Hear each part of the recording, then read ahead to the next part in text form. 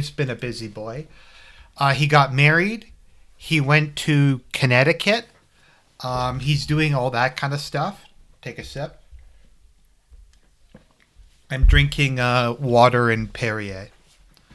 You know, it's. Sorry, I'll get into just random thing. It's been a full year now because I gave up soda last Lent, and I never started drinking it again. So I do drink a fair amount of sparkling water, but I haven't drunk pop in over a year now, which is, I think, an accomplishment. It helped me lose a lot of weight. Okay, so what was I saying again? Okay. So Phil's been a busy boy. He got married. I did a video where I unironically congratulated him for getting married because, as you guys know, I'm a big defender of marriage, and I'm glad that he showed the commitment to marry his full-time GF rather than living in sin with her. I mean, they're still living in sin, but they might go to a nicer part of hell now.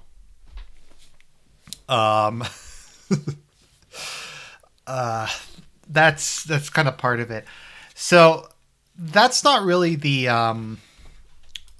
what I wanted. We're going to talk about. We're going to talk about that a bit, but Phil is going to reach a new low. We're going to play a little game. How long? Because I did a video. I was genuinely happy for him. I wished him well. Let's see how long it takes in this video for me to turn against him.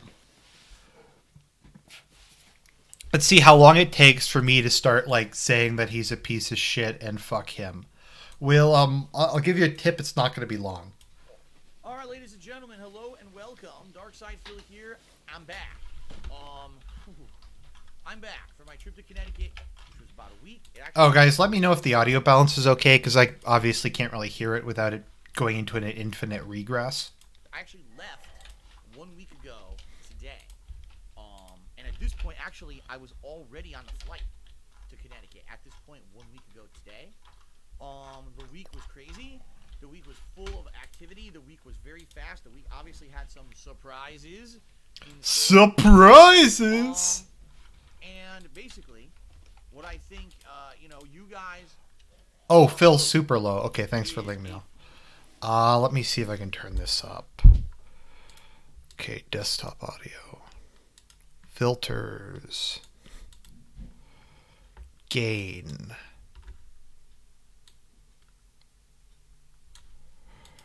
Okay, is this better? Full-on kind of explanation. Is that okay now? Kind of deal when it comes to talking about this trip, what it meant to me and Kat, what it meant to my parents, what exactly, how it went down, how it was planned, how things happened. Because the thing is... Okay, is that all right now, guys? Sorry, I'll delete this part after it's done. No, it's not good? Okay, should I turn it up a bit more? Here, I'll turn it up a little more.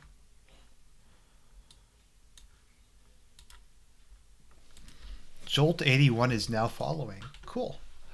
Okay, thank you for that.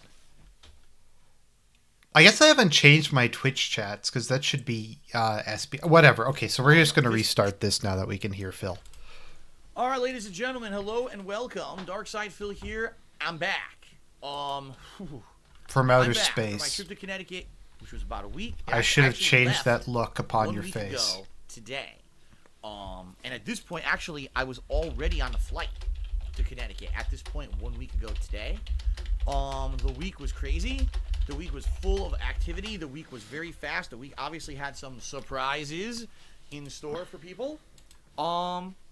And basically, what I think, you guys are owed is a full-on kind of explanation. Why are we owed this? I mean, hasn't this dude promised dozens of times that he was going to not tell us anything? Isn't that his constant thing? Now, I'm not telling you guys anything because I used to share everything about my personal life and it always backfired on me. But now he's telling us everything. I don't know. Phil, you can't have it both ways. You can't get angry when people talk about your shit and then say you're not going to talk about it and then you go ahead and talk about it. And as a way to raise money, it has to be one or the other. You can't have it both ways. A full-on kind of deal when it comes to talking about this trip, what it meant to me and Kat, what it meant to my parents, what exactly how it went down, how it was planned, how things happened. Because the thing is, guys, as you know, this trip originally started off as it was going to be a trip just to visit my parents. And, you know, Kat, who I had been with for 2 years. God, has it been 2 years now? Are getting older and Wow. are not in good health. Okay. And it was a trip basically for her to meet them and for us to all spend time together before my parents basically got to the point where their health was a big issue, and I'm going out there instead of to spend time with them to basically say goodbye to them. You know what I mean? Uh-oh. Okay, so we're getting there. We're only about a minute in, and I'm already starting to turn against him. As you all know, I'm not in a very good situation financially at all. Yeah, I'm you in a aren't. bad situation where I'm over. I wonder how that happened, Phil. I love how he always says it like it's a mystery. Like, I'm not in a good situation. I wonder how. Extended. I don't have money for things like, I can fly across the country and visit my parents whenever I want. That's really sad. I barely have enough money to pay my. I have like people I know who are living in like poverty who have the money to do shit like that. Bills on a monthly basis a lot of times. And, you know, recently, as you guys know, I've needed some support in regards to taxes and running 2 special events and all of that. I mean, the thing you guys see behind me, which I haven't even had a chance to take down, is my birthday/marathon decoration. God, you're a for the lazy second piece of marathon shit. event that I held right before my trip, where I was raising funds to pay my taxes. Which, by the way, is 100% transparent true. I'm going to explain all of this. 100% true and right honest. now. So This dude is Christian. you're going to have all of your answers, okay? So let's not get ahead of ourselves. But you guys know, in a unique way, things about my behind-the-scenes situation financially and the like. Mm-hmm. And so this trip was something that was out of the ordinary, because how the hell is Phil traveling across the country to visit his parents when we know this guy has no money and we need to help him out with taxes and stuff, right? And so every piece of the way, I was trying to be transparent with all of you about this No, trip, you're how never it's going down and transparent about everything. But anything. behind the scenes Ever. of all of that happening, there was something else going on in planning for a marriage between myself and Kat. And this was the big, shocking surprise that happened during this week. Was it? I guess it was kind of a whatsoever. surprise. And didn't see coming. A lot of people were like, whoa. In fact, people outright had kind of alluded to or asked me, sometimes just outright asked me on the streams the last week or so before I went to Connecticut, are you going to get married when you're in Connecticut? And I, on the fly, had to just literally make shit up to try to Why don't you just say it's none of their business? You could have just said that. find a way to try to justify that we're not, so people wouldn't suspect it, okay? So the big shocker here is that I knew going to Connecticut would already be a week away from streaming, and people would want to know when I came back what I did and everything, and that's why I was setting up this podcast. But in reality, in the back of my head, I knew I was getting married to Kat while I was there, and that when we finally announced that publicly, people were going to explode. I mean, why would he need to tell us this? Because he's like, my last relationship died because I told the internet all this shit about my life. So this time I'm going to tell the internet all this shit about my life, and there's no way that this could possibly backfire. Like, he didn't have to tell us he had a new girlfriend. He didn't have to tell us what Kat's name is. He didn't have to show us pictures of her. He didn't have to tell us he got married. He doesn't have to tell us any of these things. So when this dude complains that people like shit on him and criticize him, it's because, like, if people actually, like, because people have done this, like, hack him or shit like that, that is fucked up. But Phil, if you're gonna put this shit out there and you're gonna use it as a way to beg for money, then yeah, people have every right to criticize you over this. So, yeah. Oh my God, we never expected it. And the thing is, there's 2 different sides of thinking here. Okay. Okay. One side is, we're so happy for Phil and Kat. This is great. They've been together for about 2 years, but she moved in over a year ago behind the scenes. Phil always tells us things behind the scenes are great, but doesn't really give much info because he doesn't want that to be spoiled by the trolls and everything. Well, then why are you letting it be spoiled by the trolls and everything? So it's just great that's so good that he got to a point now where they're married. This is amazing. It's a great positive thing. Positivity. The other school of thought is immediately the complete opposite.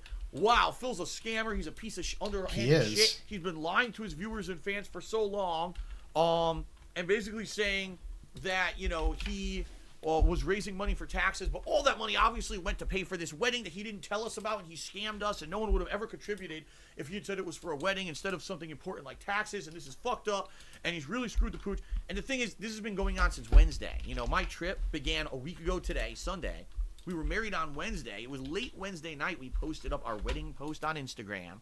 That also went out on Twitter. And you've seen these two schools of thought.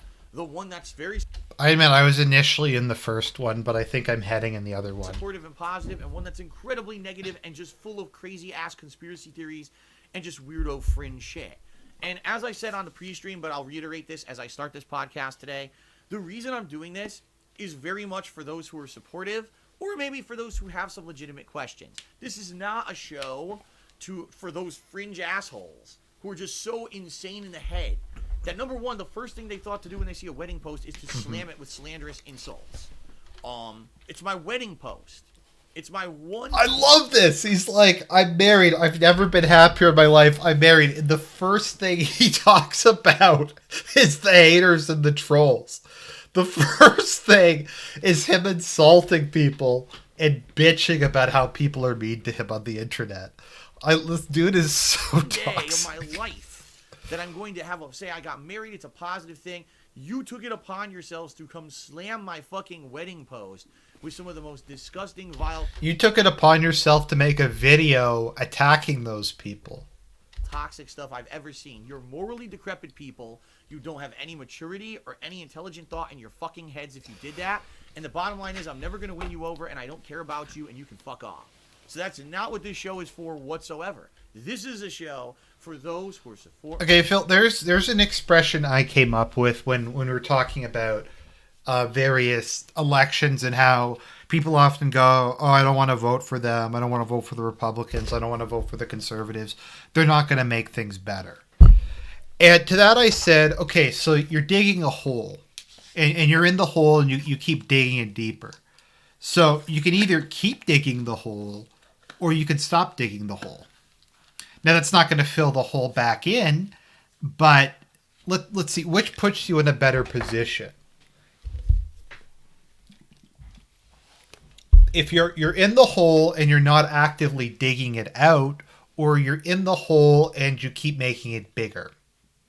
And Phil needs, I think, to kind of learn this because, like, how does it help him? Like, how does it help him to, like, do videos attacking people like this? Like, people like me are going to cover it and make fun of him. Fans and supporters of mine who wanted to know about the trip to begin with, all right? And now, of course, oh my God, Phil got married? That's amazing. I want to know what's the ins and outs. And fair enough to some who might have questions about what was the ceremony. Okay, I'm going to have to turn the speed up on this because he's unbearable. How did it go down? How did you pay for it when you said financially you've been very bad off? Mm-hmm. And what happened to the taxes? What's the update on that? All of those questions will be answered. All of those questions will be answered on this show. That's the point of me doing this.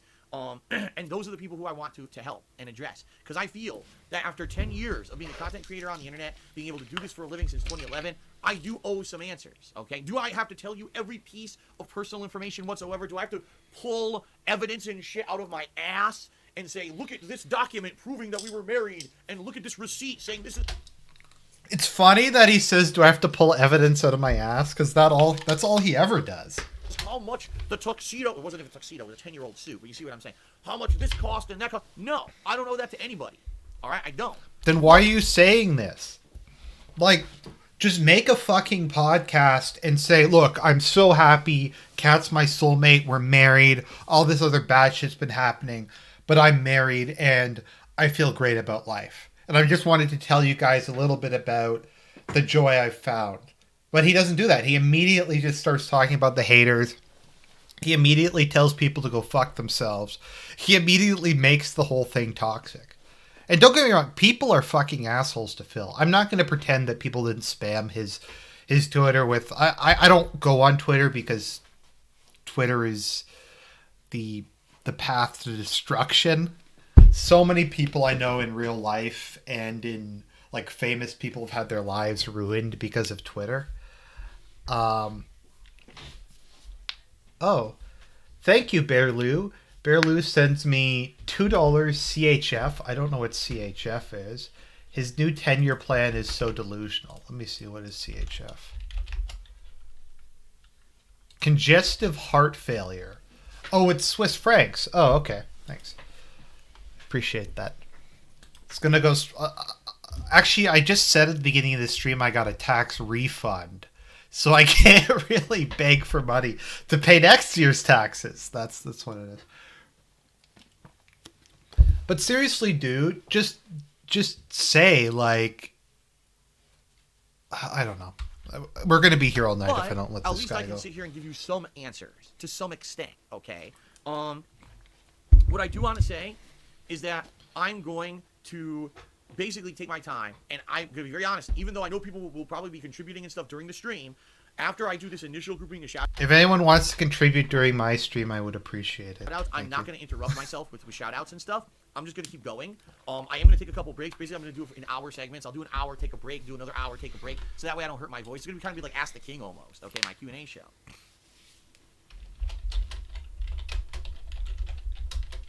Then once I'm done explaining everything, okay, which is going to take a while, it's going to be day-by-day stuff about this trip and everything. It's going to take a long time to explain. When I'm done explaining all of it, then I'm probably going to open up this to Q&A to the stream chat to see what kind of questions and things people still have that I haven't answered any, and we'll go from there. I'm not promising this is going to be a 4+ hour podcast like a normal stream would start around now and go till 4 p.m. I don't know. It is long. 4.5 hours. You know, we'll see. We'll see as it progresses how far we get and everything. Okay. Also, just being very honest and upfront with all of you. No, I'm not going to reveal personal info again about Kat and her family and shit like that. Like, people always constantly try to pry into our personal life. No, I can't do that. There's safety concerns and reason. I can't go crazy amount into detail about who was in attendance at the wedding, like, what's their name and address and shit. I can't do it, okay? But I'll be as specific as I can be without revealing things that would put people at risk. Why? And I will tell you as much as I can to the extent that I can. Because the truth of the matter is, even if I showed you, like, for example, oh, here's a receipt of what something cost, it wouldn't matter. Phil made that up. That's what I mean. Those people who...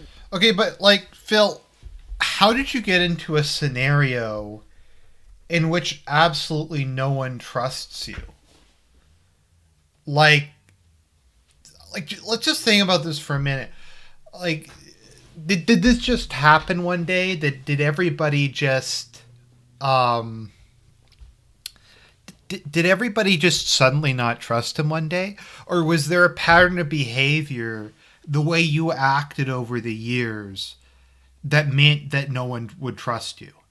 Because, I mean, people don't just stop trusting you right away. Like, in general, I think you guys trust me to not make... Like, unless I'm obviously joking or trolling, I think you trust me to, like, not lie to you about stuff. Unless it's maybe, I guess, kind of like IRL stuff to protect my identity. But in general, like, I don't know. It's just there's a pattern of behavior here, Phil. Not everybody is distrusted as much. Want that insane amount of evidence? They'll say I made it up anyway. So what's the point? You're absolutely right. Right now, I have an email. We're 10 minutes in, and 6 minutes of this has been him complaining about the haters. In my inbox from my tax guy saying, here's what you need to pay to qualify for the tax plan. It just literally says this. Here it is. And then here's the process. If I showed you guys an email on stream, you say, well, Phil typed that. You're right. I have no way to prove that I didn't type that. So what's the fucking point?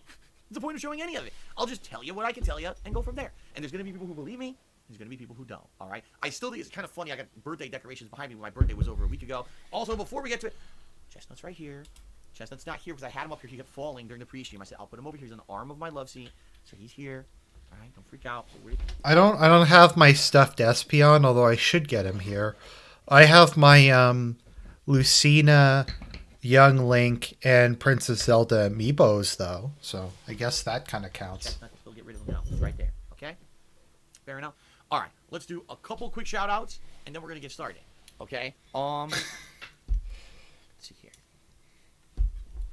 Hey, Phil, to the dollars. It breaks my heart you spent your honeymoon eating burgers at the zoo. Really depressing. I did not eat a single burger when I was in Connecticut.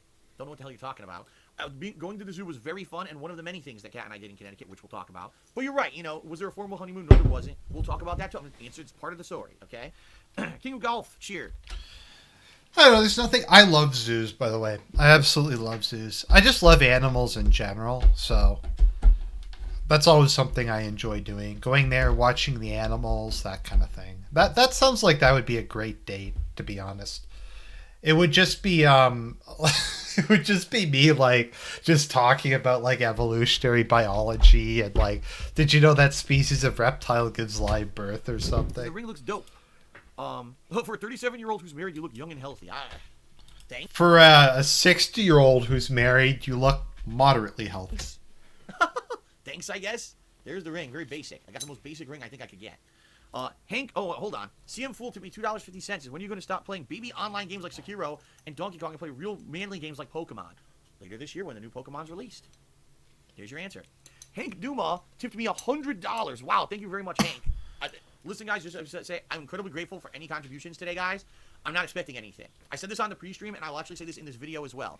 Contributions are much appreciated and incredibly helpful, but they're not expected. Sorry guys, this is kind of boring, so I'm just gonna. I think my favorite animal to see at a zoo is actually probably a tiger. I always find it interesting because my family has a cat, and it's funny that like the I don't know if body language is the right term, but the way they move, like the way they stretch, the way they like they just their general locomotion is exactly the same, be it a small cat or like a big cat, and that's really interesting to watch. It's also tigers just fill me with kind of this sense of primal fear, like because you're looking at it and you see there's a 12-foot like pit or whatever, and you're like, if that tiger wanted to get out, that tiger could get out. Nothing can contain it. And like the scary thing about tigers is they're huge, but they're also cats, so they're like super fast and they can jump ridiculously. Anyway, sorry, So that was thank you more very much to interesting. anyone who contributes today. Hank tipped me $100. Says congrats to you and Kat on your wedding. Very wise to keep it a secret, so you have this very important day without any unwanted disturbances. Wishing you and your wife all the best for the future. Exactly right, Hank. Thank you very much. You get it. I mean, let's be honest, people probably would have tried to fuck with him if he hadn't been public about his wedding. You get it, dude. All right, let's get Hank up there as the top tipper for the day. Thank you. Also, Orchard Dorks resubscribed for 21 months. Thank you, Orchard Dorks, for the resell. King of Golf again. He says, Chestnut, we love you. How did he hold down the fort? He looks beastly. He did. He defended the house. I mean, we did have one of Kat's friends was coming by and checking on the house daily. We actually had threats. I actually had several direct threats via email and also social media, other things. People saying they were going to come burn down my house and shit. But my neighbors here were aware that I was going to be away. We had someone come and check. Okay, like, to be honest, I don't know. Maybe people think I'm like being a pussy or whatever, but don't threaten to burn the guy's house down. That's just fucked. Like, don't do that shit. Checking on the house every day, and we have security. We have a security system. There's cameras. Like, it's really stupid that anyone thought anything was gonna happen. Nothing did. Thank God. Okay. The last Rambo did 50-bit cheers. Says, why not try the sing function in Twitch? Because I'm not a singer and I'm not going to be doing it. Ren Jesse James, wow, tip me $50. Thank you, Ren Jesse James. Wow, another very generous tip. He says, I'm really salty you didn't invite me, a random internet stranger, to your ceremony. However, congrats, I finally got a job. Here's a little wedding present. May all the detractors and haters develop horrible, nightmarish. I'm not reading that. That's messed up. I don't want that. I don't want anyone hurt, so I'm not going to read that. Thank you for the contribution, though. By the way, there actually were a couple people who contacted me, who I am still in contact with, friends and stuff. I didn't even tell them. I'm not even kidding. This whole thing was 100% like a clandestine I thought he said he wasn't going to read chats. operation to be sure that nothing could be spoiled. So there were friends of mine who were like, man, I wish I at least knew. I couldn't have come to Connecticut to your wedding, but I at least wish I would have known about it, so I could have at least maybe done something for you. And I'm like, don't worry about it. But thanks for the congrats. Omnipotent, Mr. Dr. Profusi says, did you have a crazy bachelor party with your dad and friends? We'll talk about that, and the answer is no. That's stupid. I know. I kind of hate bachelor parties myself. If I ever get married, I'm not having one. Dinkus Steve subscribed. Thank you, Dinkus Steve. I received an anonymous $20 tip. Thank you to the anonymous $20 tipper. That's much appreciated. Cam, not the comedy man, did a 50-bit cheers. Did you get a tax break thanks to the marriage? I know that's a thing in the U.S., Puerto Rico. No. The marriage, it doesn't count.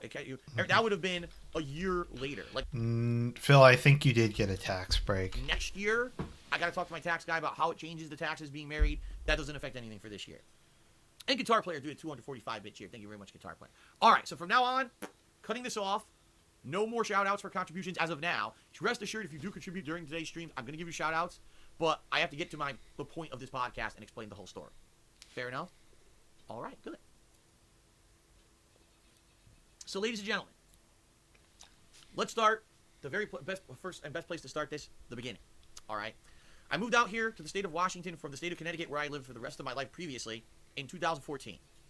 And my parents miss me a lot.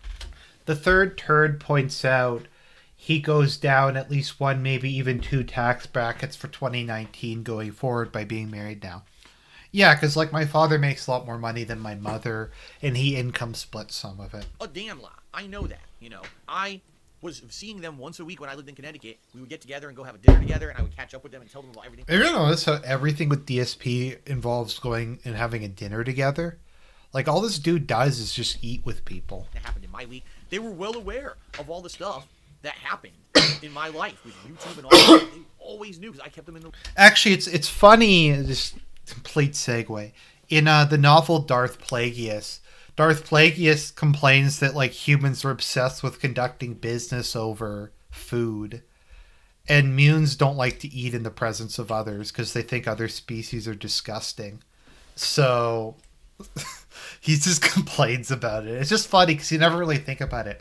But yeah, like I know in Canada, I'm sure it's the same in the States, all business is conducted over coffee. The loop on all that stuff, okay? The ups and downs, you know, the years when I was making tons of money, the years when I wasn't making tons of money. And I would help them out and stuff with money and stuff over the years when they needed No fucking way did Phil ever help his parents out. help and stuff because they needed help every once in a while. And that's what family's for, to be there for each other, right?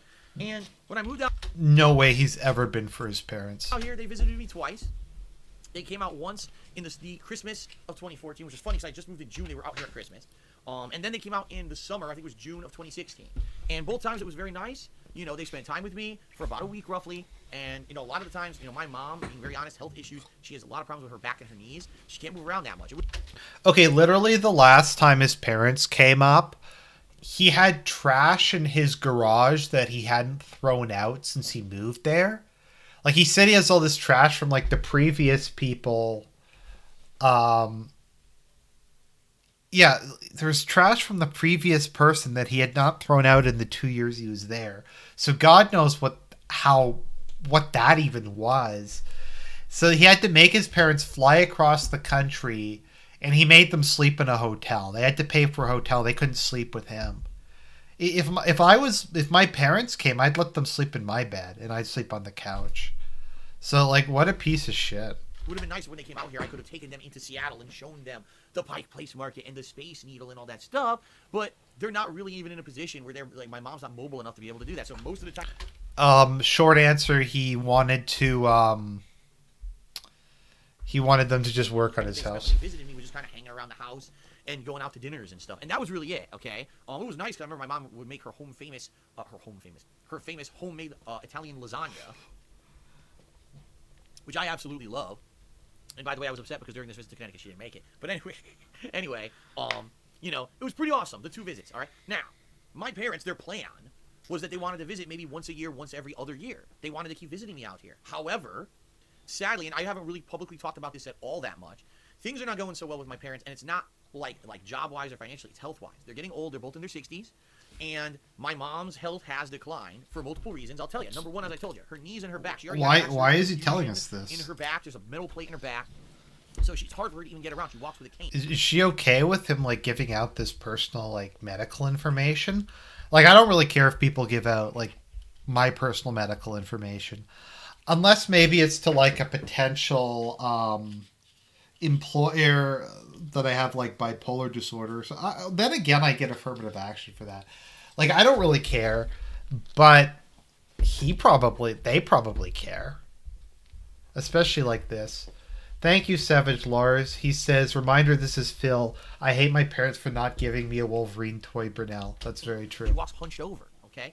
In addition to all of that, she's a smoker. She's been a smoker her whole life, and now it's caught up with her. Does she have, like, life-ending cancer? No. But she's fucked up inside because she smoked her whole life, and basically the way the doctors are explaining it is, you could live a while still. It could be tomorrow. We don't know. You know, it depends, because when you get older and you have issues like, oh my God, you've been smoking your whole life, things could fall apart overnight. You don't know. And so, quite frankly, you know, with her health, we don't know what's going to happen. She could be around for a long time, or she could not. What a fucking piece of shit. My mother, through her bad life decisions, smoked. And now she's going to die because she smoked. Like, what the fuck is this? Why is he telling us this? Like, now he's fucking throwing his mother under the bus. Okay, let's go back and listen to that again. things are not going so well with my parents, and it's not like job wise or financially, it's health wise. They're getting old. They're both in their 60s, and my mom's health has declined for multiple reasons. I'll tell you. Number one, as I told you, her knees and her back. She already had back surgery, fusion in her back. There's a metal plate in her back, so it's hard for her to even get around. She walks with a cane. She walks hunched over. Okay. In addition to all of that, Okay, saying his mother is deformed. That's good. she's a smoker. She's been a smoker her whole life, and now it's caught up with her. Does she have like life-ending cancer? No, but she's fucked up inside because she smoked her whole life. And basically, the way the doctors are explaining it is, you could live a while still. It could be tomorrow. Why is he telling us this? When you get older and you have issues like, oh my God, you've been smoking your whole life, things could fall apart overnight. You don't know. And so, quite frankly, you know, with her health, we don't know what's going to happen. She could be around for a long time, or she could not. All right. But the thing was, even with those issues, my mom was still able to come out here because she had my dad to help her. Well, ladies and gentlemen, this is kind of the really messed up thing right now, is that my dad now, his health has monstrously declined. Okay, to be fair, I've talked about my parents' health. Mainly just how my dad had to wait 3 years to get a hip surgery. I don't know how, like, embarrassing that is, though. I guess the only other thing I've said about family's health is that my grandmother is blind and has dementia. Which is a horrific condition to live in. But, yeah. The past couple of years, he was always healthy. When he was younger, he was a bodybuilder. He had many physical manual labor jobs in his life, moving freight cargo and doing these kind of things. And he's tried, you know, as he got older, he tried to stay physically active and physically fit, but he ended up getting a little bit overweight. And basically what happened is two shitty things have happened to him in the last few years. First of all, he had you as a son. And this was about, I'd say probably late 2016, early 2017. His back got fucked up like mine. Now, for those who don't know, because my back has not been an issue for years, I used to have an incredibly bad back injury. It was a severely herniated disc in my lower back. I believe it was between the I think it was L3 and L4, L4, L5 vertebrae. I can't even remember. Basically, to the vertebrae that controls things such as your ability to use the bathroom. Yeah, not good. Not good that if I tweak my back the wrong way, I could piss my pants, right?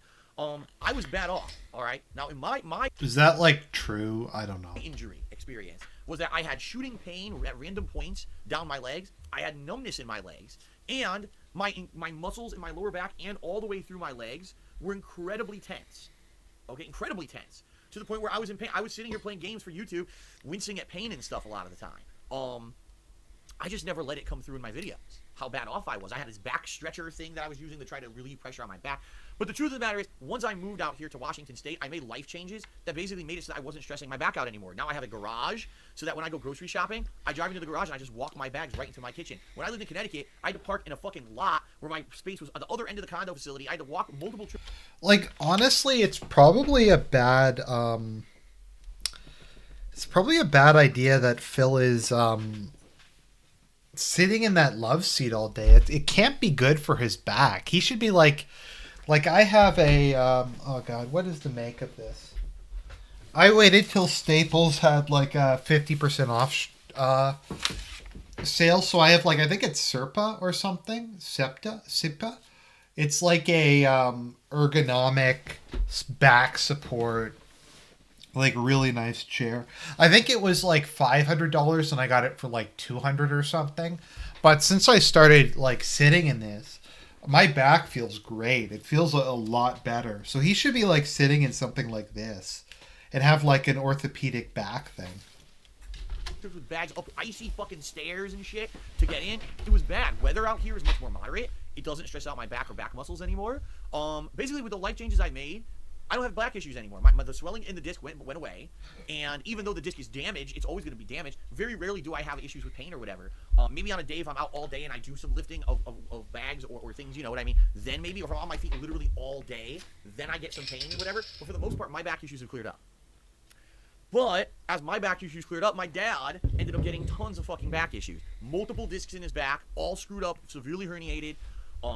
Ended up going to multiple doctors for options, and they're basically like, you can do physical therapy, you can go on some drugs, you can get surgery. Of course, now there's a ton. When I had my injury 10 years ago, basically the only surgery was spinal fusion surgery, which is very risky. It's like 50-50. 50% chance it works and you feel better, 50% chance it does nothing and you feel worse.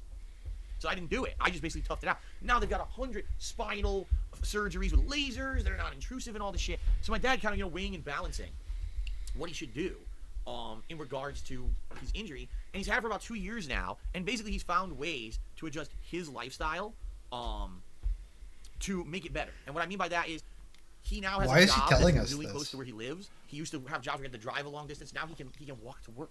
Okay. He's at work. They have desks where he could stand up all day rather than sitting down in an uncomfortable position and putting pressure on these discs.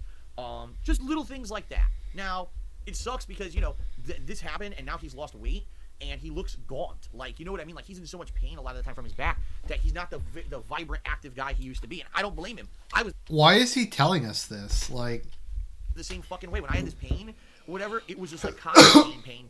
Every moment pain. Every moment you're in constant pain that you're conscious. And it kills you. It does. It mentally starts to drain you. And I can see it on my dad. You know what I mean? And it sucks because I've known him his whole life as the vibrant, active, strong guy who would come around to do the heavy lifting and do the things, and now he's not anymore. So because this happened with his back, my parents can't visit me anymore. I've lived here for 5 years. this is so disgusting. And it was the summer of 2016, almost 3 years ago, the last time I had seen my parents. He somehow continues to reach a new low. And they can't come and visit because I can't fly across the country anymore. My back's too fucked up. I can't do it.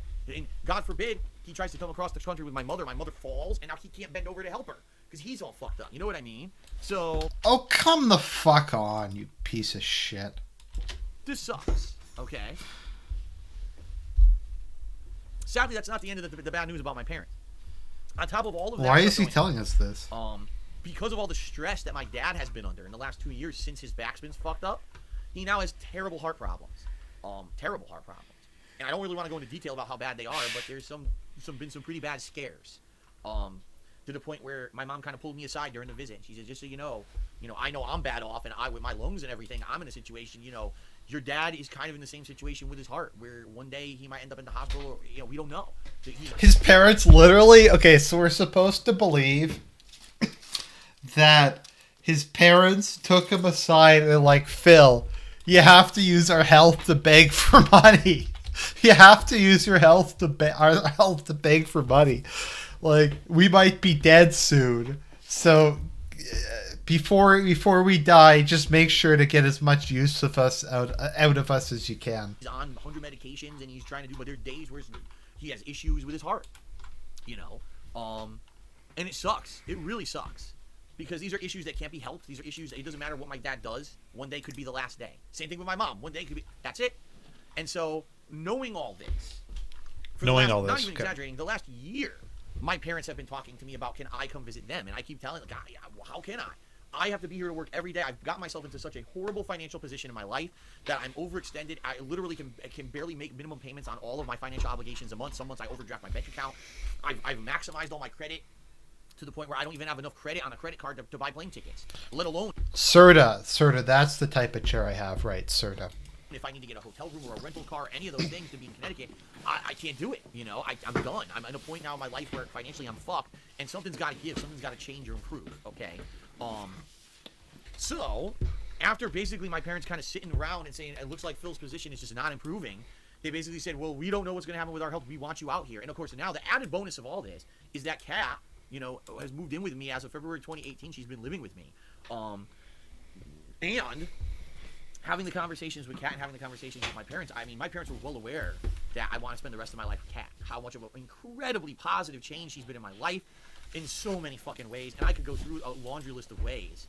But I don't think I really need to.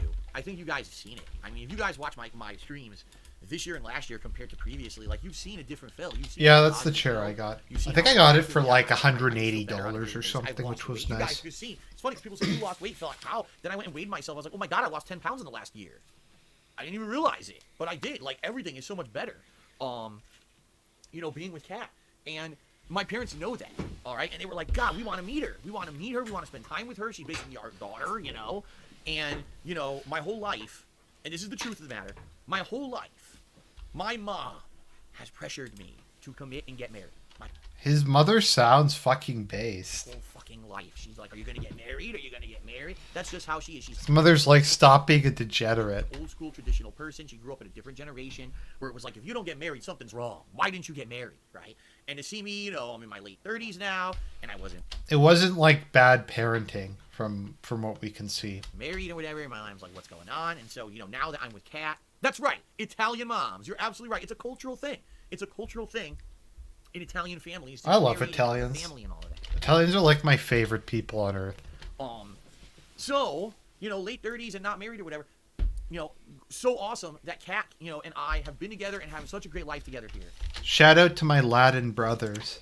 To the point where we were outside of any pressure from my mom or my parents, we were already having the conversation behind the scenes about, do we want to get engaged, right? We probably can't get married, but do we want to get engaged?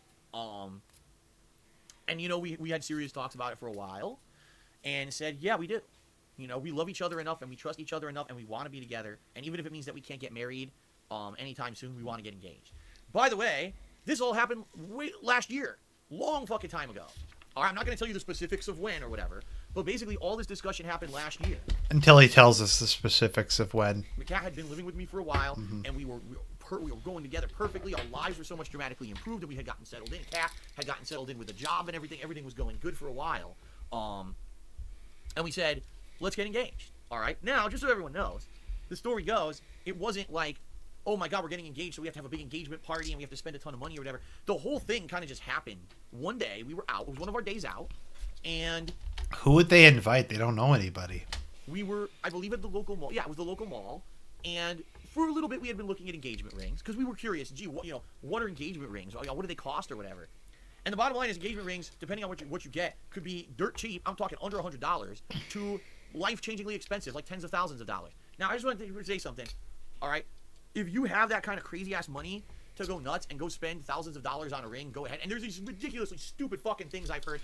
Ew, I kind of hate people who spend thousands and thousands of dollars on a wedding ring. Expected that when you get your engagement ring, the cost of the ring should be about 2 to 3 months' salary for the male. Fuck you. Who the fuck are you to make that kind of a crazy ass thing? Really? Oh, do people actually say that? Yeah, I'm gonna spend sure some a do. quarter of my money this year on a fucking ring. A ring that could fall off the finger and go down a drain. A ring that the gem that cost thousands of dollars could pop out and roll into a gutter. Are you fucking stupid? You're the dumbest thing I've ever fucking heard. You're gonna spend insane amounts of money on a fucking ring. A thing that's just, it's not even the love. It's a symbol. I actually kind of agree with Phil here. He just makes it in a really asshole a representation. way. It's not your love that you have to drop that money on. It's just nuts to me, okay? Absolutely fucking nuts, okay? And by the way, Kat agrees with me. We're like, this is nuts that people will go crazy with this shit. Mm-hmm. So one day, last year, in the fall of last year, was the fall, okay? So this was way before I had any idea what was going to be going down with my taxes in 2019 or anything like that. It was nothing about that. It was last fall. We were at the mall, and we just walked into a department store, and we were looking at the rings. The biggest jewelry sale I've ever seen in my life. I think what happened was this department store is one of these chains of department stores in the U.S. that's starting to go out of business, and they must have, like, insane amounts of inventory that they need to liquidate. This was a sale, 80% off all engagement rings. So we're looking. This definitely sounds legitimate. This definitely sounds like something that happened. And there's rings that are priced like $800, and they're selling them for like $90. We're like, oh shit! This like, definitely happened. That's fucking nuts. And that's really honestly why we got engaged when we did, because we just stumbled upon this, and we're like, holy shit! That's like, we'll get a nice ring that normally you would pay an insane amount of money for if we act now. And we talked about it, and we said, you know what? This is like the least believable story I've ever heard. We're gonna do it. Because we love each other, we want to be with each other for the rest of our lives. We know this. It sucks that financially I'm in the position I'm in and probably will never have a nice wedding, or if we do have a nice wedding, it's nowhere near when we're going to have it now. But at least now we can say we're engaged. So we got engaged. I bought the ring. I proposed to her that night. She said yes. Done. Simple. No hoopla. We didn't publicly announce it at all because we knew that if we did, there would be trolls and haters and shitheads and douchebags and assholes who were just going to try to ruin it for us. And we said, you know what? Already we've kept our relationship private. No, you haven't. You haven't kept it private at all. Let's just keep this for ourselves. There's absolutely no reason why we need to reveal this to anyone. It doesn't mean anything to any of my stream viewing audience anyway. It doesn't change our relationship. Kat wasn't magically going to start showing up on my streams because we're engaged or whatever. So why would we reveal it? So we didn't. We kept it to ourselves, and it was tough. I'll be very honest with you. It was tough because, especially those first few weeks, Kat's my fiance, and I'm coming on stream saying girlfriend. Whenever I bring up, I have to say girlfriend. And there's a few times I almost said fiance. I was so, like, it was on the tip of my tongue, and I almost said it, and the last minute I caught myself. But then whenever we were outside the house, Sorry, guys, I don't have a ton to say here. Her friend, it's just and boring. we go out maybe once in a while to a dinner, and a waitress or whatever, and she's my fiance. And it was tough to be saying two different things and not have them cross over and be screwed up. Okay. Did I bend the knee? Yes, I did. I bent the knee. Absolutely. Got down on my knee and proposed to her. And was accepted back into the king's peace. So that was last fall. This already had been in place and was already done. Now, we at that point had And his title, Lord Paramount of the Serious Adult House, was confirmed. zero plans to get married. We wanted to, but we knew we had no money for it. We knew back then the hopeful thought was that things were going to turn around, that things on YouTube were going to get good for the end of the year. Remember all the shit that was going on during that time period. That was when DSP Gaming had been demonetized for about a month, then got ads back, and that was when we had King Tut came out of nowhere and was basically gifting me a ridiculous amount of contributions on stream. So I had all these funds coming in out of nowhere. Oh, what the fuck is this? Who is this guy, right? Who knows how long this is going to last or whatever? No one knows it. I thought Tut was a detractor, though. And we're like, even though things were looking good, I was like, wow, now the fall and the hardcore gaming season's coming. Typically, I make more money on YouTube during those months. We weren't going to be stupid and say, let's plan a wedding and drop money on a wedding and then not know what happens. Plus, but you did. I didn't know what was going to happen with taxes and everything coming forward. So we basically just said, we're going to leave it in limbo. We're just going to have it be, we're engaged. Okay, so regarding the whole tax thing, so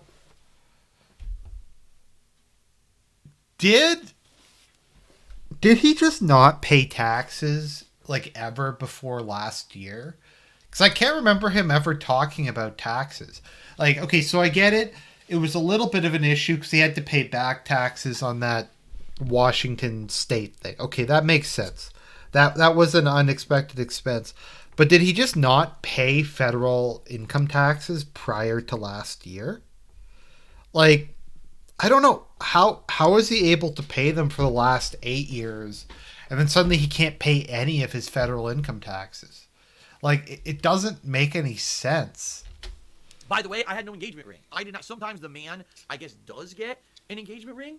I think, but I had nothing. You know, we couldn't afford it. It was just we got this one ring for ultra discount, and after that was just she had a nice engagement ring, and that's it. Until we have another ability to plan out anything, we're leaving it at that. Okay. So. Plot twist: it's the one he took back from Leanna when she left. Now, time's passing. And my parents, nearing the end of last year, 2018, are telling me, listen, we're in poor health, and we don't know what's going to happen with our health. It's a situation where it's day to day. Any day, one of us could even go or could wait. You know, the doctors don't even know. So we want you to come out. It's a fucking medical mystery. We need a house. We need house to go to Connecticut and solve the medical mystery of DSP's parents. And I was like, yeah, I'm sorry, Mom and Dad, I can't. My finances, there's no way. I don't have the credit to pay for it.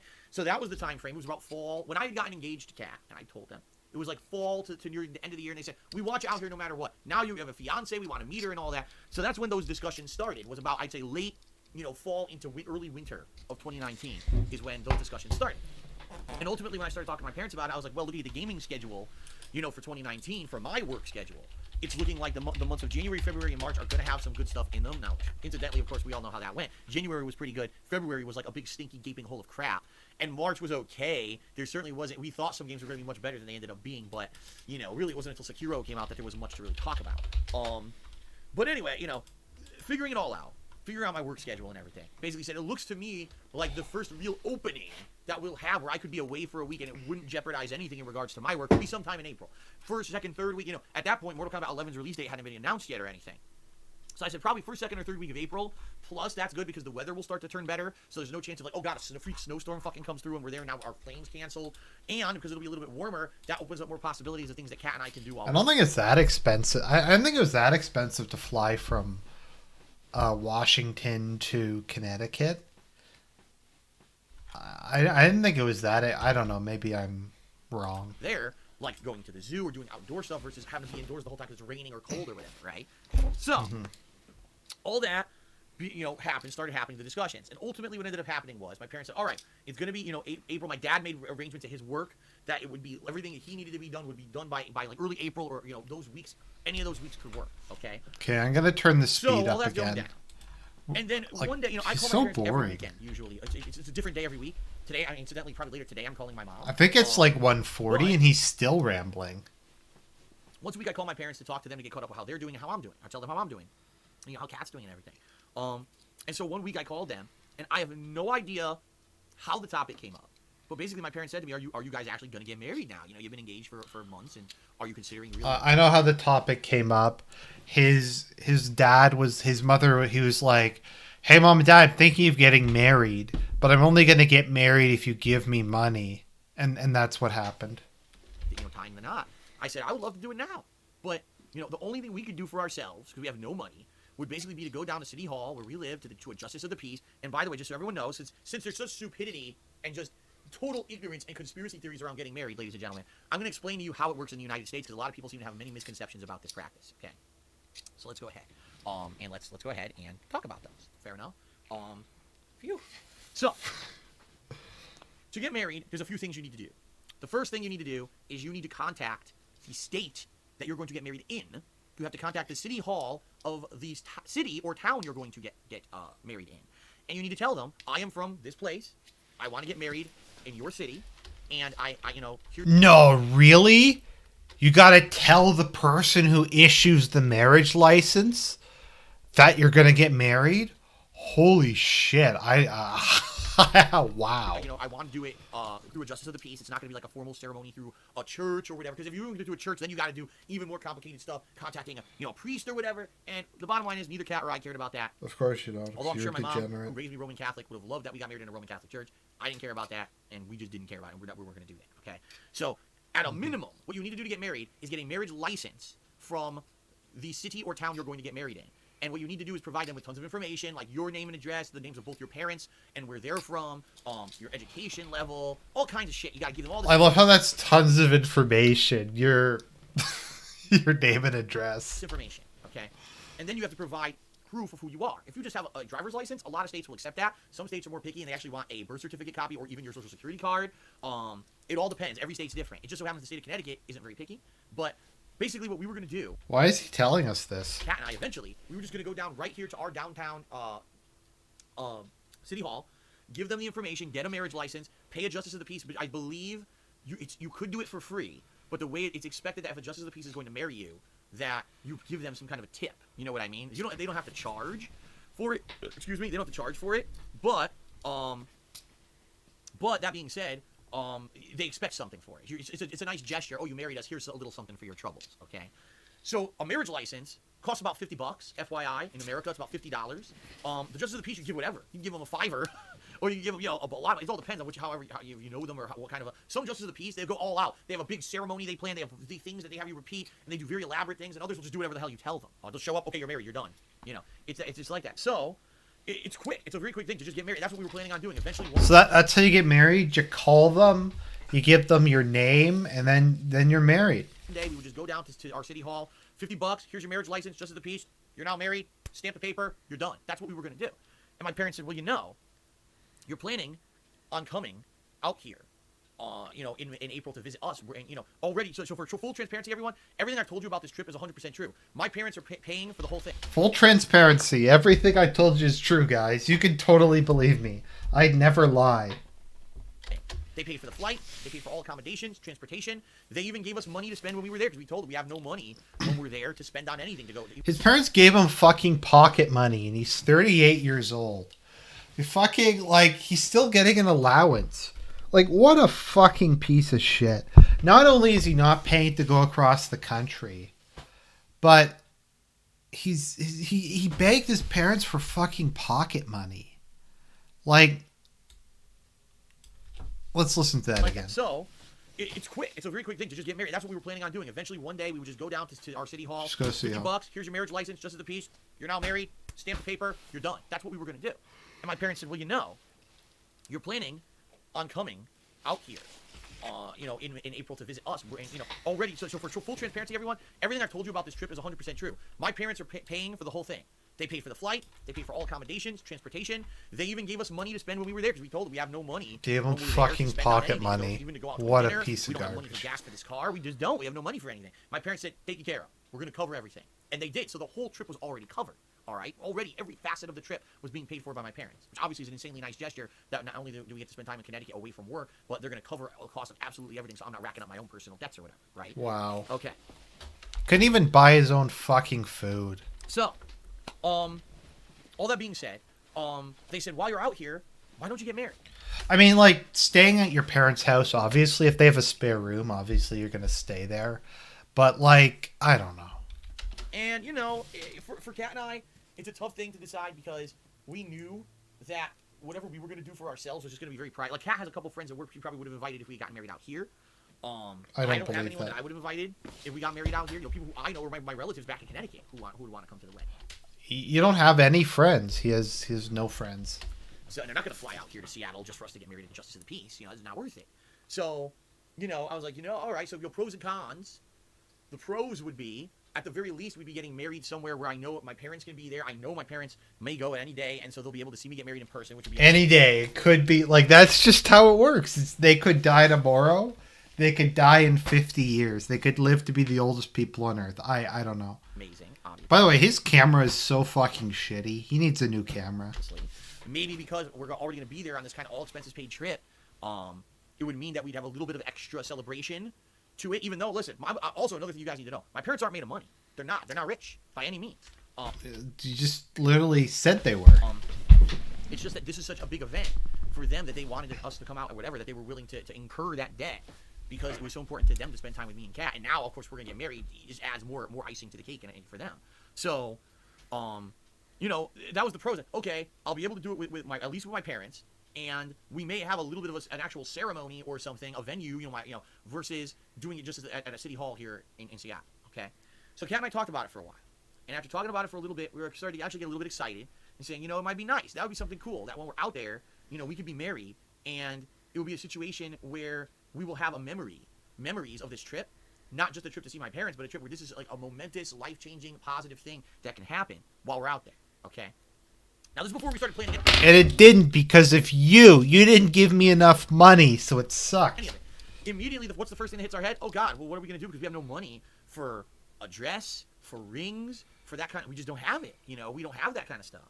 And on top of that, we knew that taxes were going to be coming up. I had not raised a single dollar really for taxes. And on top of all of that, if you guys remember the end, except for the like $20,000 people gave you. End of 2018, it went very poorly for me. I got very sick during Christmas week when traditionally I have some of my biggest, most successful streams of the year. People come out and say Merry Christmas and they contribute during those streams and I do special holiday events. I ended up getting sick during that week. And a lot of the funds that I rely on that come in near the end of the year to help pay for taxes and stuff didn't exist. They just didn't exist. They never happened.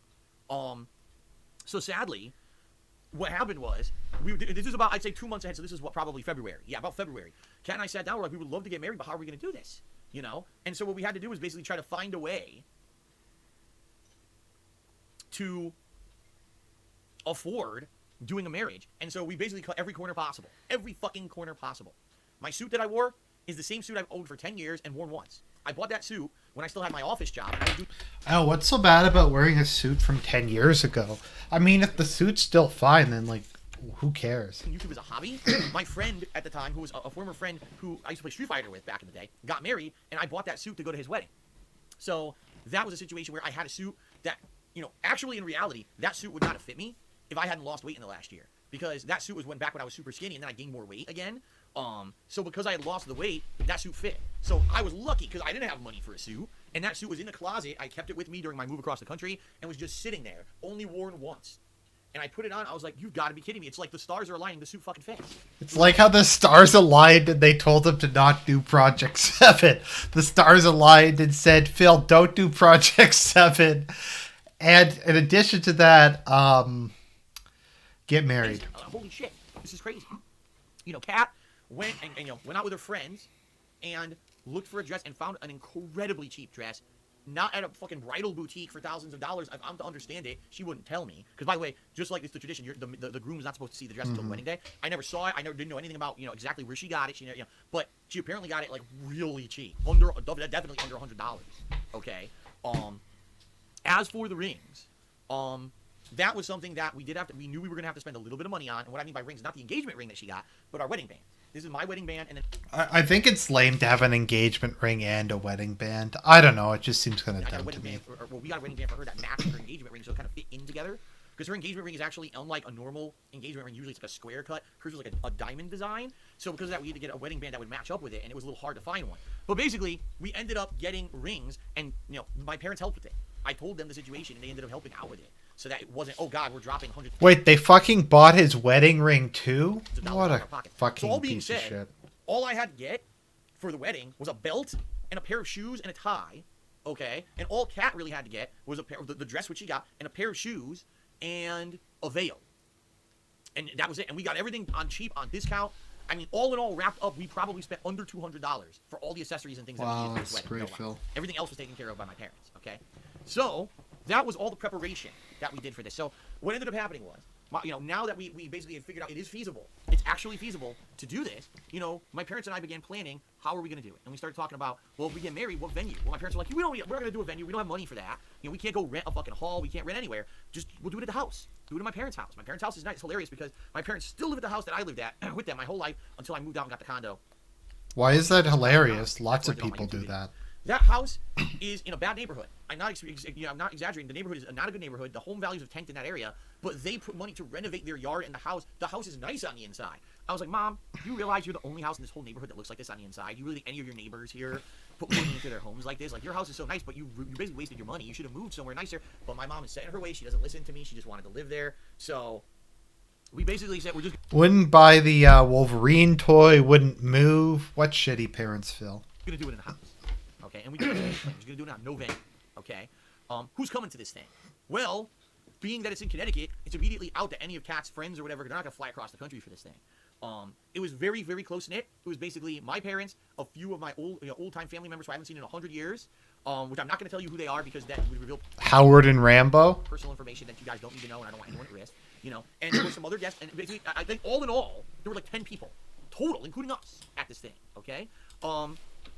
And that's the most I'm going to tell you. I'm not going to tell you who it was or whatever because, again, I don't want to put people at risk, and it's not fair to them. I would love to tell you the ins and outs of everyone who attended this thing. I can't do it because, sadly, the idiots will hunt down the people and harass them. I'm not going to fucking do it, okay? So, there was basically a very, very, very, very, very, very, very, very, very, very, Let me see if Rambo's posted anything about this on his... And that's sorry. It's basically just going to be Rambo's show. We, one day of our visit, okay, will go to my parents' house, get dressed up, get married in their house with a justice of the peace, and then go out to a dinner. Where do we go to dinner? Well, no, Rambo hasn't posted anything about this. House. It's not what you guys are thinking. I talk about Vinny's Pizza a lot. Not that restaurant. It's a different Italian restaurant, really near my parents' house. That if you look at this place from the street, you'd think that it's like a rat hole. What the hell is that? When you walk inside, I'm not even kidding you. It's gorgeous. It's like walking into fucking Italy. They've decorated the place gorgeously. The food is completely authentic Italian food, and they do special things for parties and stuff like this.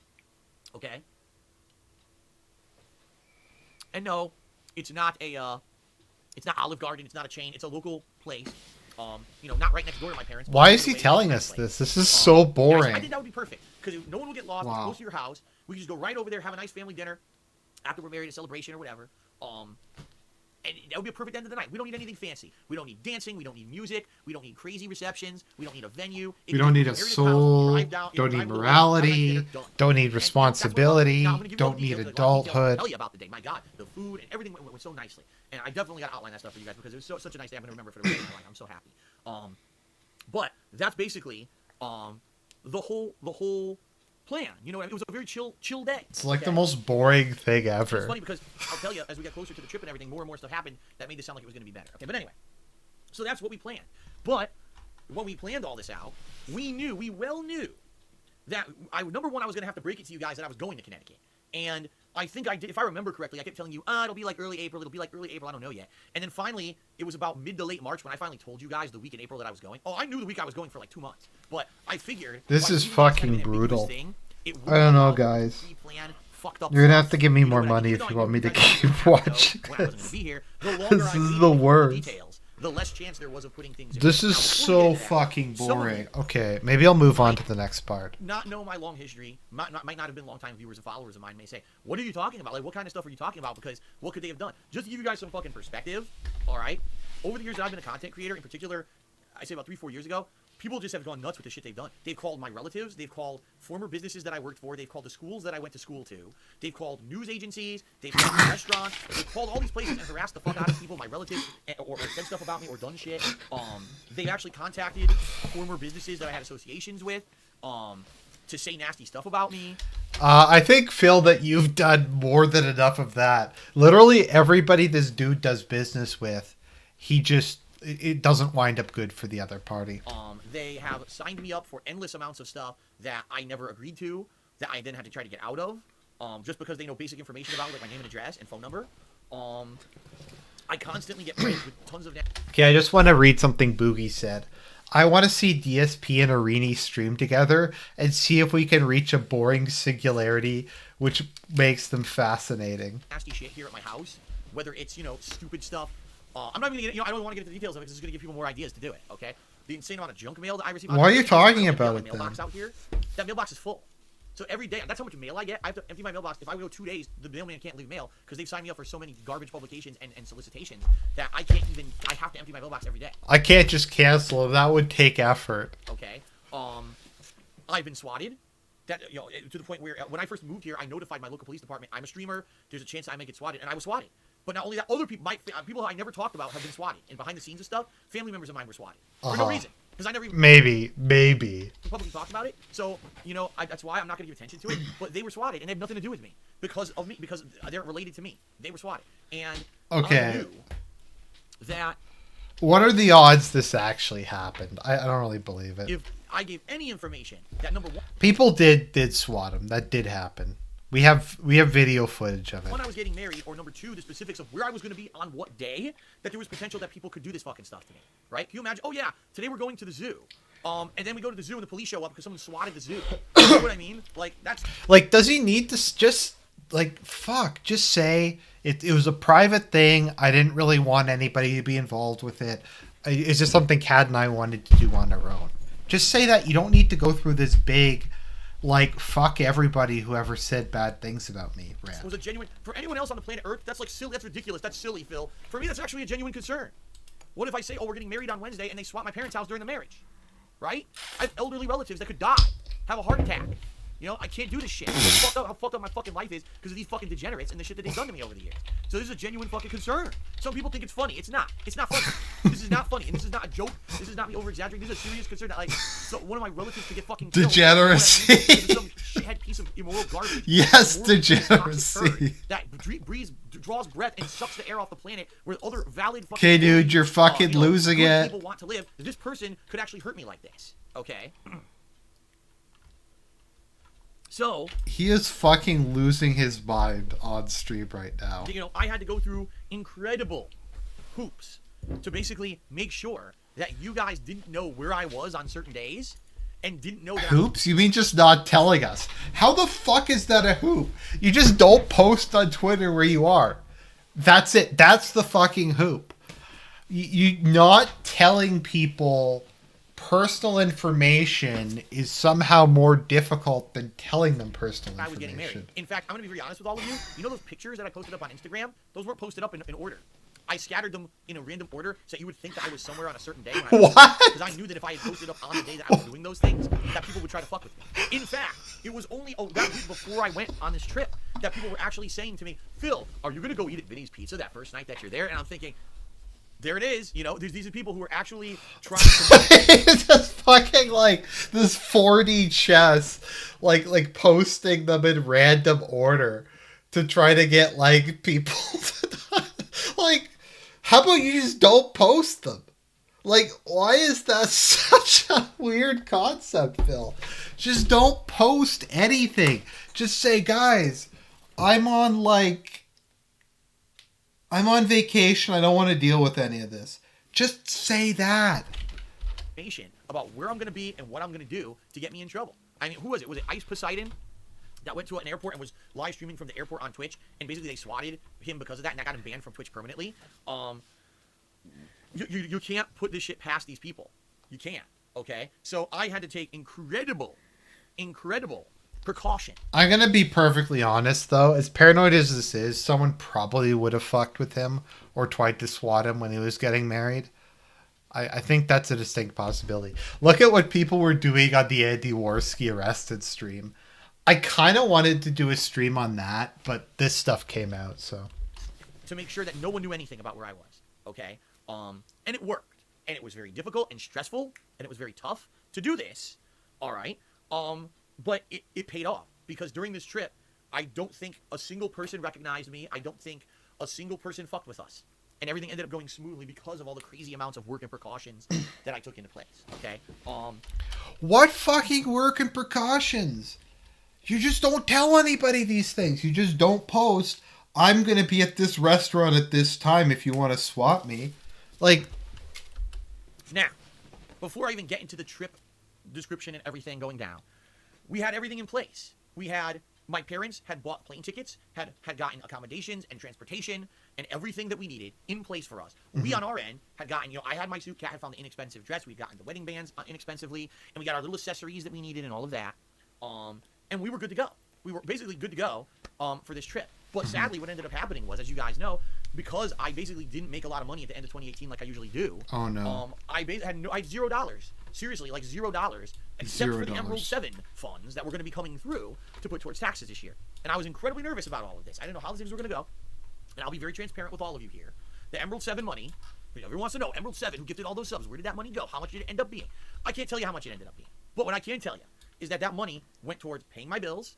It went towards paying the state taxes for the year, because the state taxes now I pay my yearly business taxes. Because I'm a registered business in the state. Because I don't defraud the government anymore. Unlike I was doing for 3 years wrong, because my old tax guy was a fucking asshole and didn't do them right. Yeah. I ended up getting into years and years of back tax. Okay, I like how they said, like, how he said, they call people I did business with and they like fuck with them, and I'm like, but Phil, like, here you're dissing someone you had business with, like, why are you doing this? There's no need to do any of this. Okay. This year, I paid them correctly. So the Emerald 7 money went to just pay basic bills, and it went towards that money. It went towards paying my tax guy for doing stuff with the state taxes. Going to be very transparent with all of you here. I have not talked about this much this year. YouTube is incredibly terrible this year. In 2019, so to give you some perspective, all of 2018, I was making a certain amount of money on YouTube every month. I'm now making about 40%. I guess would be about 40% of what I was making every month on YouTube last year, I'm now making this year. So all of a sudden, January hit, I was making this much money. I'm now making this much money on YouTube every month. I'm like, the fuck? What happened? And okay, people, I wanna do a poll.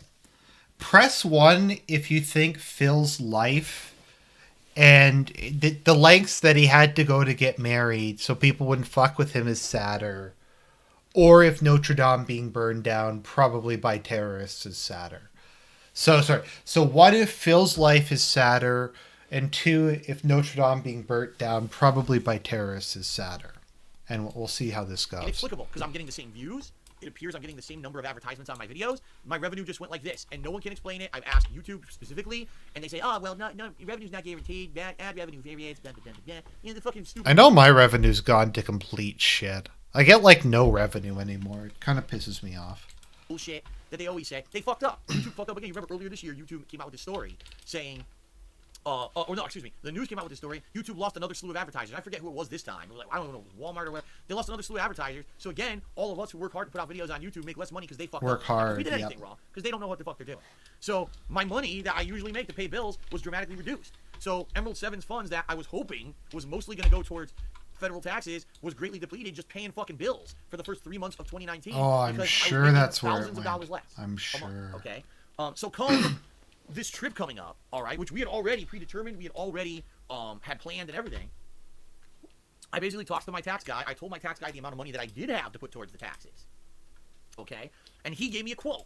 He basically said, roughly $5,000. If you can raise roughly $5,000 to put towards the back taxes that you owe, which in total, I believe, were around $17,000. I'm just doing something. What? I don't remember the exact number. If you could put like $5,000. I don't know, the number keeps changing. I think we're just gonna say that Phil owes $6 gazillion. To say, okay, we're gonna go with that. A show of confidence that Phil is really trying to pay the taxes he didn't pay over the year. We'll now get Phil on a payment plan, so he can pay these taxes over the course of maybe 2-3 years. Not that you didn't pay them all immediately. The $6 million in taxes. You didn't pay your federal taxes this year. Okay. Is that too edgy? I don't know. I basically had to raise $5,000. I couldn't raise $5,000. Where am I going to get $5,000 from? I know where to get it from. All the money that I have is now accounted for going towards these things. None of the money was going towards the... Okay, so Connor Brink asked, dumb question, but why can't he just get a job? Now, you have to understand, Phil probably makes about $100,000 a year. There's been a lot of speculation as to how much money this dude actually makes, but he probably makes like $180,000 to $120,000 a year. And any job he would get would pay significantly less than what he's making now. So the wedding, like none. Literally, I wasn't paying for anything involved in the wedding. It all was pre-done by my parents, and still I didn't have enough money to pay these federal taxes, which is why I had the idea, I guess I'm going to have to do these marathon events, and hopefully people will come out and be supportive, and I can raise as much as I possibly can out of the 5,000 and go from there, okay? And I did 2 different marathon events, all right?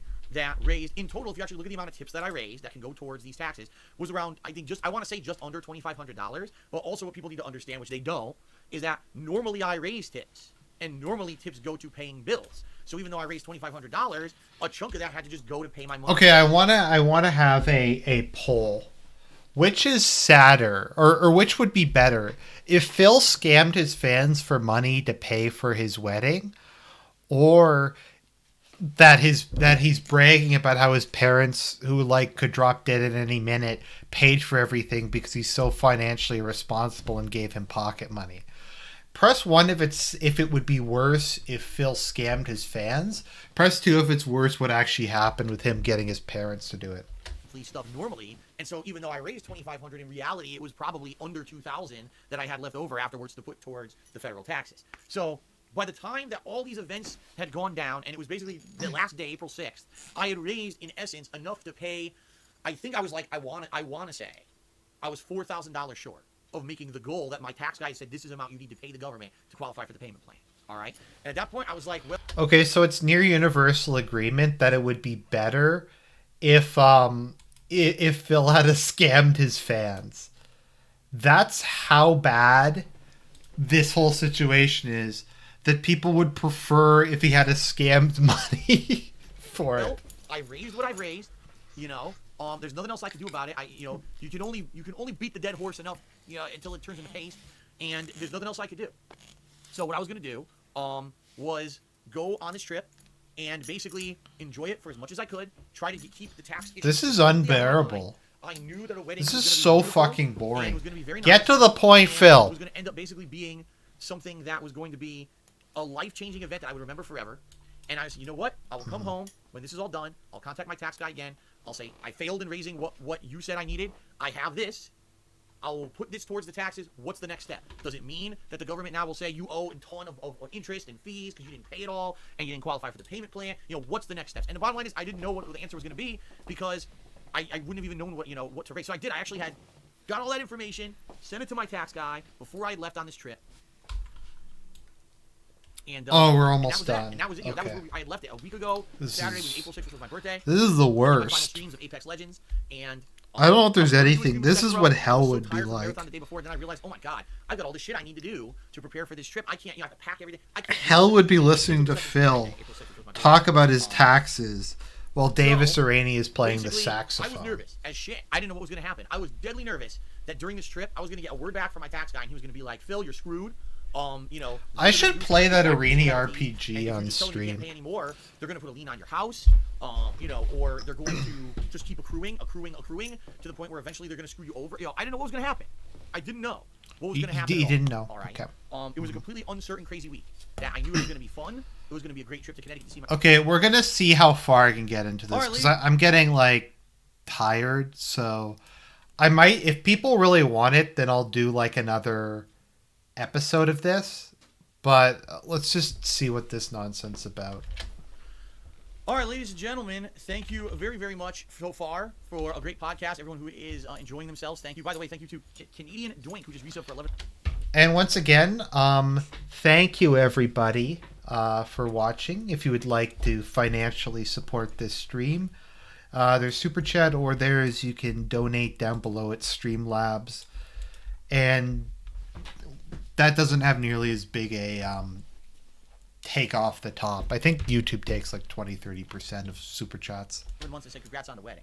This segment of the show is going to be the trip itself. I'm going to tell you the ins and outs of what happened daily. Wildcat and I were in Connecticut. What did we do while we were there? How did the wedding go, etc. And everything. Okay.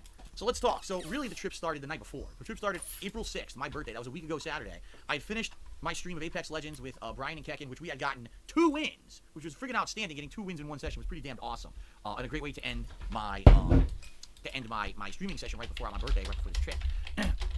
So that night, I did a lot of work. I had to pack a ton of shit. I had to make sure, checking the flight statuses and everything. Incidentally, it's a good thing I checked because one of our flights, the flight going there to Connecticut, had been changed from a smaller aircraft to a larger one on our flight, but because it had, our seating assignments had changed, and I had to change them so that we were sitting next to each other. If I hadn't, we might have gotten shuffled around and not been sitting next to each other on the flight, which would suck. This is a coast-to-coast flight, and this initial flight from Seattle to Connecticut, excuse me, it was actually to New York. We flew to New York, JFK Airport. Oh my City. god. It was about 5.5 hour flight. Not be sitting next to each other would have really. This is hell. So I ended up doing that. And, just basically doing every little thing. This is literally hell. Last thing with Kat's friend. Kat's friend actually came over that day during my stream, and we gave her friend the keys to be able to come just check on the house and everything while we were gone. And it was a lot of work to do. There was a ton of shit to do. In addition to that, I had to be up very early that morning, the April 7th, Sunday, because our flight was at 11. Is this like what hell is like? Get a ride to the airport and check in. Just listening to this dude for all eternity? Prior to your flight. If you're not, like what is this? Why the fuck is he telling us how he got on an airplane? Once before, I was so pissed off. It cost me so much money to get home. So we had all that stuff to do, and it was a fun night that night because we were Am I dead? The night before our trip, although we were very is this like limbo? Did God say like, no, you're not good enough to go to purgatory, so you're gonna stay in fucking limbo for all time? We're gonna try. Is this like the second level of hell? Because I mean, I guess I could be getting tortured. And this is torture, but I mean like physically tortured, and that might be worse. Is this like here's a real happy time, but at the same time, this is like God just plays this, we didn't know what was gonna happen, and I just slowly like woke up that Sunday morning, fade away got dressed and as it melts my mind for eternity. And the thing is, this is a good thing. We only live 15 minutes away from the airport. 15 minutes away.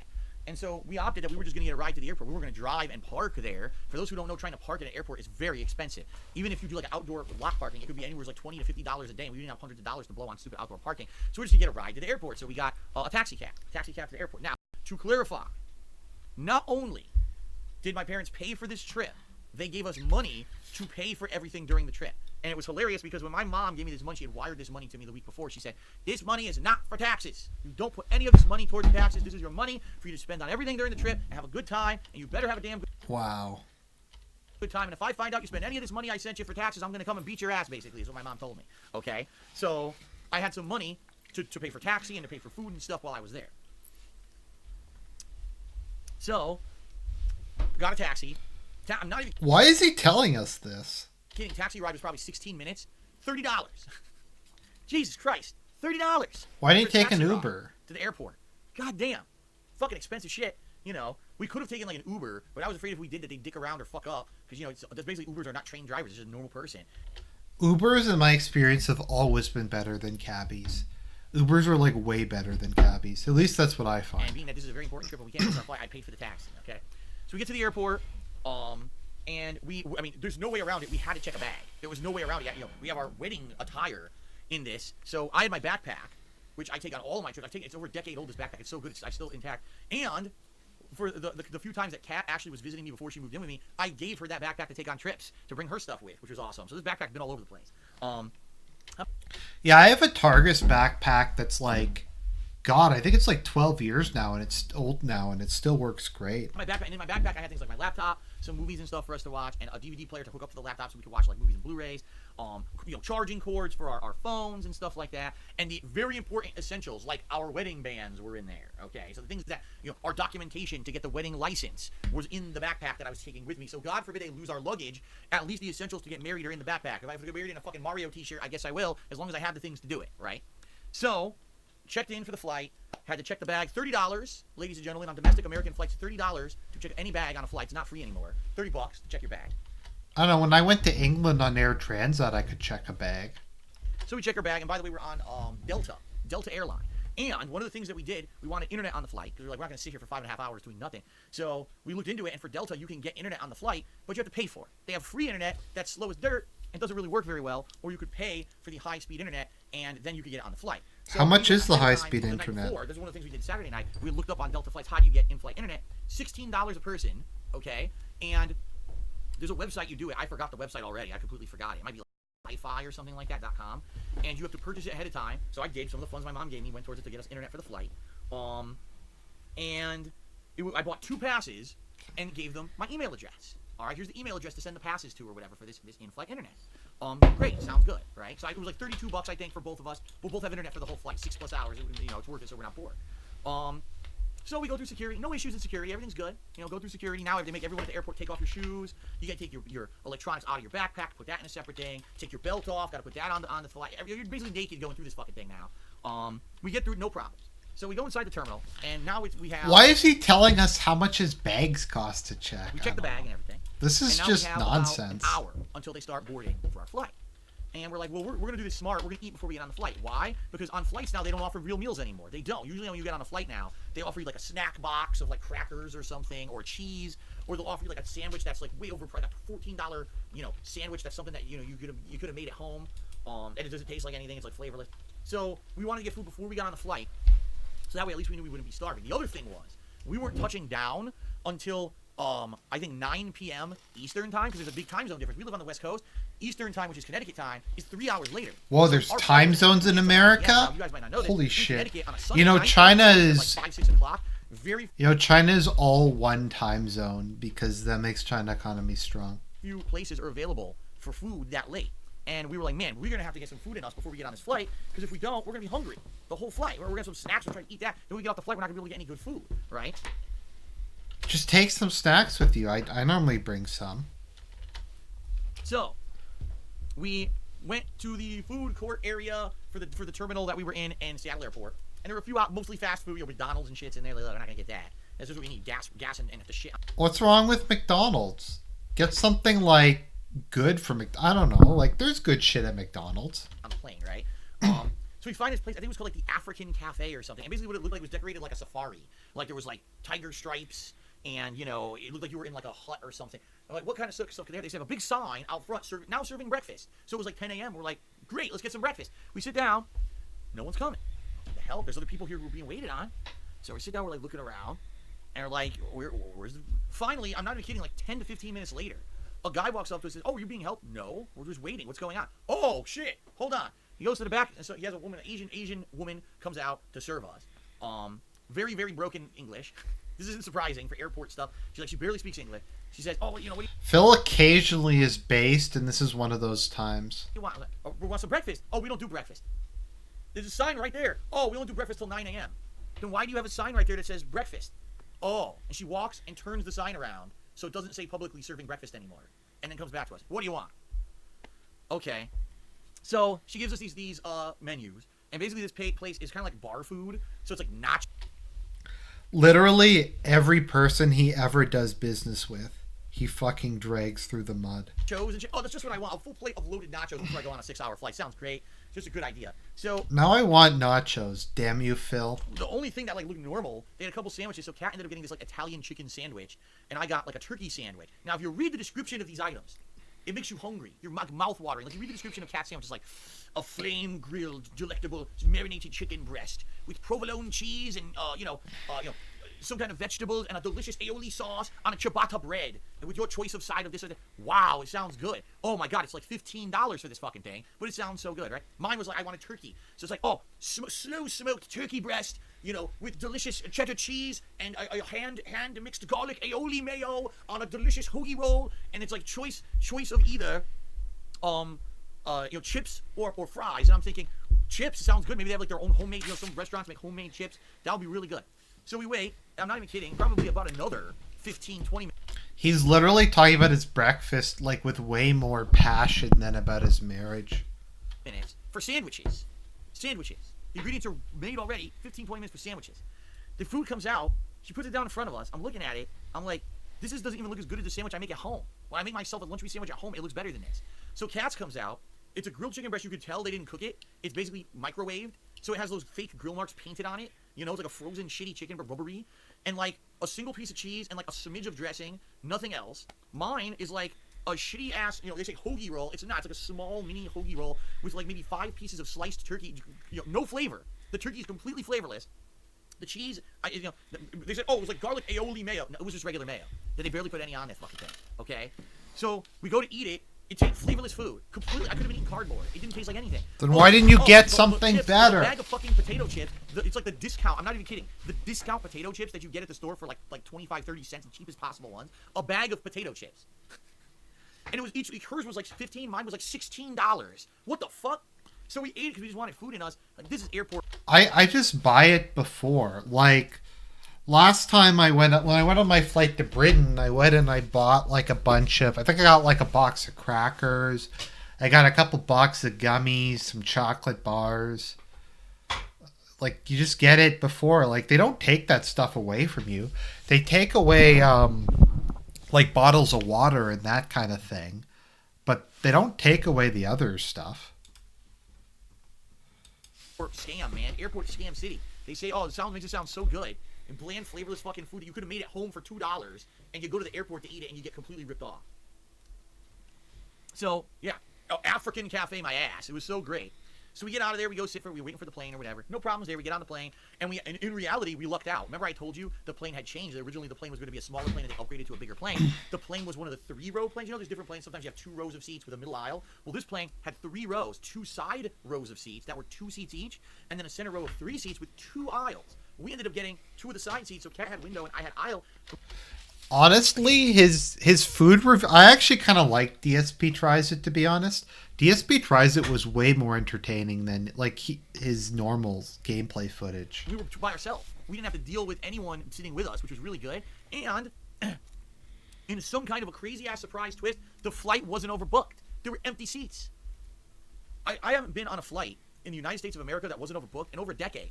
I couldn't believe it. I seriously couldn't believe it. I was like, holy shit, there's room on this flight. So, when the plane went up, you could actually get up, walk around. The plane wasn't overcrowded with annoying people or nothing. Like, the flight was actually pleasant. Holy shit. I couldn't believe it, right? An actual pleasant flight. So, we're flying. No, it wasn't first class. It was coach. It was just, did you fly first class? No, I didn't fly first class. My parents aren't rich. But for those who don't know, first class is insanely expensive. When my parents flew here last time, my parents looked into flying first class. His food reviews are way better than his. Actually, honestly, DSP's game reviews weren't bad. His like game reviews and his food reviews were a lot better than his like video game footage. Class would be really good for her. So the regular plane ticket was $400. First class was $1,600. So my parents decided against that. I know we didn't fly first class. That's insane. Okay, so we're on the flight, and Delta has a really nice quality TV screen that's built into every seat, and so you can track your flight. So we messed around with that for a bit. Finally, we're like, okay, we're at the height we want to do. We want to mess with our phones, get on the internet, maybe play some mobile games or whatever. So they did have charging, but the charging was USB only. It didn't have power sockets on this plane. It was USB charging. So I brought my charging cable. I plugged it in. We started plugging it into our phones. We're like, it says it's charging, but it's not going up. It was the slowest charging I've ever seen in my life. Like maybe every 15 minutes, it would go up 1%. I just bring a battery. So even if you were charging your phone, if you were using it, the battery would go boo way fast because the charger basically didn't really charge it at all. It was like the slowest trickle of energy we'd ever seen. Why is he telling us this? I had bought those internet passes I told you guys about. They're called Fly-Fi Internet or whatever. So we go to do it, and I'm trying to figure it out. It's a little, I'll be honest, it was a little complicated to try to figure this thing out. You could connect to the internet for free, but you wouldn't do data. It was only like messaging or checking emails. It wouldn't allow you to like play a game or anything. It wasn't enough data to do that. So it was a good thing that we had paid for this internet ahead of time because we went and looked. If you didn't buy it before the flight, it was $40 a person to get internet on this flight. $40 a person for 5 hours of internet? That's $8 an hour. That's more expensive than checking our luggage. $40 a person. So thank God we had bought it ahead of time. All right. So I go to set it up. I'm trying to figure it out. Like I said, it's a little complicated. You got to go to a certain website, do a login here and there, and I'm dicking around with it. The other thing was it needed a Delta account, and I didn't know this, but I already had a previous Delta account. I'm gonna be honest, guys. 'Cause I'm an honest person. I'm playing DX2 Liberators in the background while he's rambling on. Yeah, when I went on the flight to the UK, they didn't have outlets on it. So I had just brought it ahead of time. I just brought I have one of those power banks that you can recharge your phone like 5 times. If you ever go on a trip, I would definitely recommend get one of those portable batteries. You can get them for like $30 or $40, and they'll recharge your phone like 4 or 5 times. So so that's something definitely to keep in mind. But I normally just watch movies when I'm on it. Like when I went to UK, I downloaded a bunch of Netflix. Actually, no, it wasn't Netflix. I had gotten Amazon Prime, and I downloaded Ruby, RWBY, and I watched like the first 2 episodes of that, which are like 3 hours long each. So, and I forget what I watched on the trip home, but I normally just watch movies. Probably from a flight like 10 years ago. Remember when I was flying everywhere for conventions and E3 and all of that? Well, apparently I had a Delta account already, but I didn't know. So I had to go to like try to figure out what my old email password was and everything. And it took me a while to figure it out. So I log in, finally, and I get one of the passes working. Okay. Oh, it's working. So I sync my phone to it. I go to play my games into my mobile games. They work. Oh wow, the internet actually works. So this was working well. This is exciting. Now we can, Kat plays a couple games on her phone. And I only play one, but this will be fun and exciting. We'll get to do some fun stuff on the flight with our phones. Maybe check the internet or whatever. And no, I didn't pay the $40. No. I didn't pay the $40. We had paid the $16 the night before. Remember, I just said we had bought it the night before. Thank God. There's no way we're paying $40 a pop for internet. So I logged mine in. So then I tried to get Cat's phone working. Shout out. Anybody in the chat play DX2 Liberators or Fire Emblem Heroes? I admit I play a lot of those two mobile games. Probably because they're like two of my favorite series, and they're actually pretty good. And you can actually do pretty well in them without having to pay too much money. Okay. Well, guess what? We got screwed. Here's how we got screwed. When I bought the 2 internet passes, I used the same email address, okay, for both passes. Well, guess what? The way that this system works, it's 1 pass per email, okay? If you try to get a second phone, it doesn't work. It only works 1 at a time per email. So even though I bought 2 passes, since I had associated them with 1 email address, we could only get 1 phone to work at a time. Because I tried logging both in, and it wouldn't work. It would kick the other phone off the internet. So basically, only one of us had internet at a time. So I played my game for an hour. Oh, okay, I'm going to charge. Then she would play her game for an hour. Oh, okay. So we went back and forth. But it was fine. We had stuff to do. We watched a little bit of the TV. Played our games for a little bit. Had some snacks. I would say on the Delta flight, the snacks were okay. By the way, they were complimentary, and I should commend Delta on this. Complimentary, decent-sized snacks. You had a choice between, I think it was like a corned beef sandwich, a veggie wrap, or a box of cheese and like nuts and cracker snacks. And was there fruit? There was fruit. What kind of fruit was it? Apples and grapes. That's right. So it was like some apple slices, grapes, sea salt crackers, and 3 kinds of cheese. It was like white cheddar, regular cheddar, and like pepper jack. It was pretty good. I'll admit it. It was actually pretty good, and it was free. So I was like, I'm not gonna complain about that at all. I was pleased because I was a little hungry. We had already eaten the shitty flavor of the sandwiches before we got on the flight, but it was actually not that bad. Okay. So we ate this, and we had fun. We played our games, whatever. We were good. And then when the flight got off, the flight surprisingly enough, the flight arrived early. Our flight arrived an hour early. We're like, this is great. We're actually here at 8 instead of 9. This will give us extra time. Maybe we can actually get out and get food quick. Oh no. We definitely shouldn't have expected that. We landed at JFK. Those who don't know, JFK Airport is in New York. There's 2 airports in New York, LaGuardia and JFK. They're the 2 worst airports in America. That's no exaggeration. Overcrowded, overbooked. One of the most inefficiently run airports I've ever been to. Both of these. Why is he talking about the good news this? is we got here an hour early. The bad news is we were just told by JFK we have to wait an hour to actually deplane. I'm sorry, guys. I got distracted talking about DX2 Liberators. So we literally just fucking sat The X2 Liberators is infinitely more interesting than this. JFK sucks. This story. There's no other explanation. They're inefficient at what they do. They're terrible. Okay. So we got stuck on the plane. Then we got out of the plane and we had to get our luggage. We got our luggage. And luckily, our parents arranged for a ride for us from the airport to Connecticut. And the driver of our ride was a resident of Connecticut who knew about places. He knew about places that were for food in Connecticut near we were going to be staying. And so we told him where we were staying. He's like, oh, what about this place, this place? And we're looking them all up on our phone.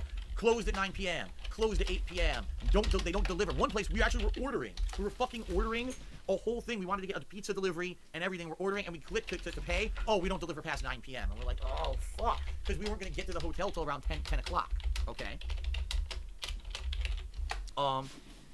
So finally we arrived at our hotel at 10 o'clock. This is a funny story. So the hotel we were staying at was one of 3 hotels on the same road right fucking next to each other.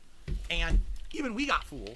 The driver in the car has a GPS, and he's using the GPS to get us to the hotel, and he goes to drop us off. He says it's right here, and we're looking, we're like, well, the sign right there says this is the name of the hotel. We go inside. They say, welcome, your name and everything. They look us up in the system. They say, oh. And he looks at me, looks back down, looks at me again. He goes, what hotel are you staying at? Tell him the name. He goes, you're number 12 for the day. Number 12 what? Number 12 person dropped off at the wrong hotel. The hotel you're staying at is right next door, but because their sign is the same driveway as ours, everyone goes into our hotel thinking it's the right one. It's not. You're right. You're next door. So, okay. And there's somebody else he's throwing under the bus. We have to go. He's throwing this out. What the fuck? We're 23 minutes in. Nothing's happened. Walk down a small driveway further down, into this. This is literally the most boring story I've ever heard.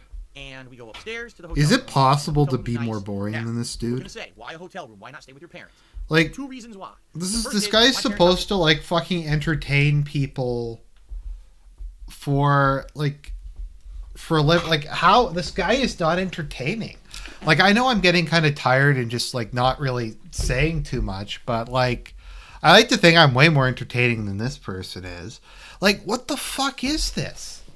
Like, it's not interesting. It's not even funny. It's not big at all. And I lived there my whole life. And since I moved out, it was converted. All the rooms were converted into other things. One room is my dad's office where he has all his equipment. The other room is a room for the cats, where the cats sleep. There's literally not a spot in the house for us to stay. So there's no room in my parents' house for us to stay. From the get-go, the plan was for us to stay in a hotel because my parents knew there was no room. And so Philip, who and Kat, who had not known a man, stayed in the shed behind the house because there was no room. And there was born a Let's Play career. And I don't know, John Rambo and Howard and some like Bloods and Crips journeyed around because they saw the light from his television. I don't fucking know. That's what I got. In the house for number two, because this was actually a trip. No, not, oh my god, people saying cat's room. It's a room for my parents' cats, not cats, not my wife's room. A room for my parents' cats. They have 3 cats, and I'm going to tell you all about them, okay? So they have their own room. But anyway, number two, this Are they like the fucking chipmunks? Like, what's with these 3 cats? is our wedding week, right? We want a room where we can actually spend time with each other. And not, we're in our parents' house awkwardly when we're getting married, you know what I mean? Like, my parents knew that. They were like, no, you gotta have your own place, you know, you gotta have your own room. There's no way your wedding week, you're gonna wanna be with us, you know?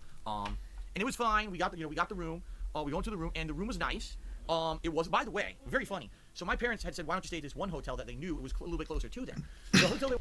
I gotta be honest. What are the odds? What are the odds that Kat's a tranny? Like, I've been trying to be nice this whole time, but seriously, I just find it hard to believe that she isn't.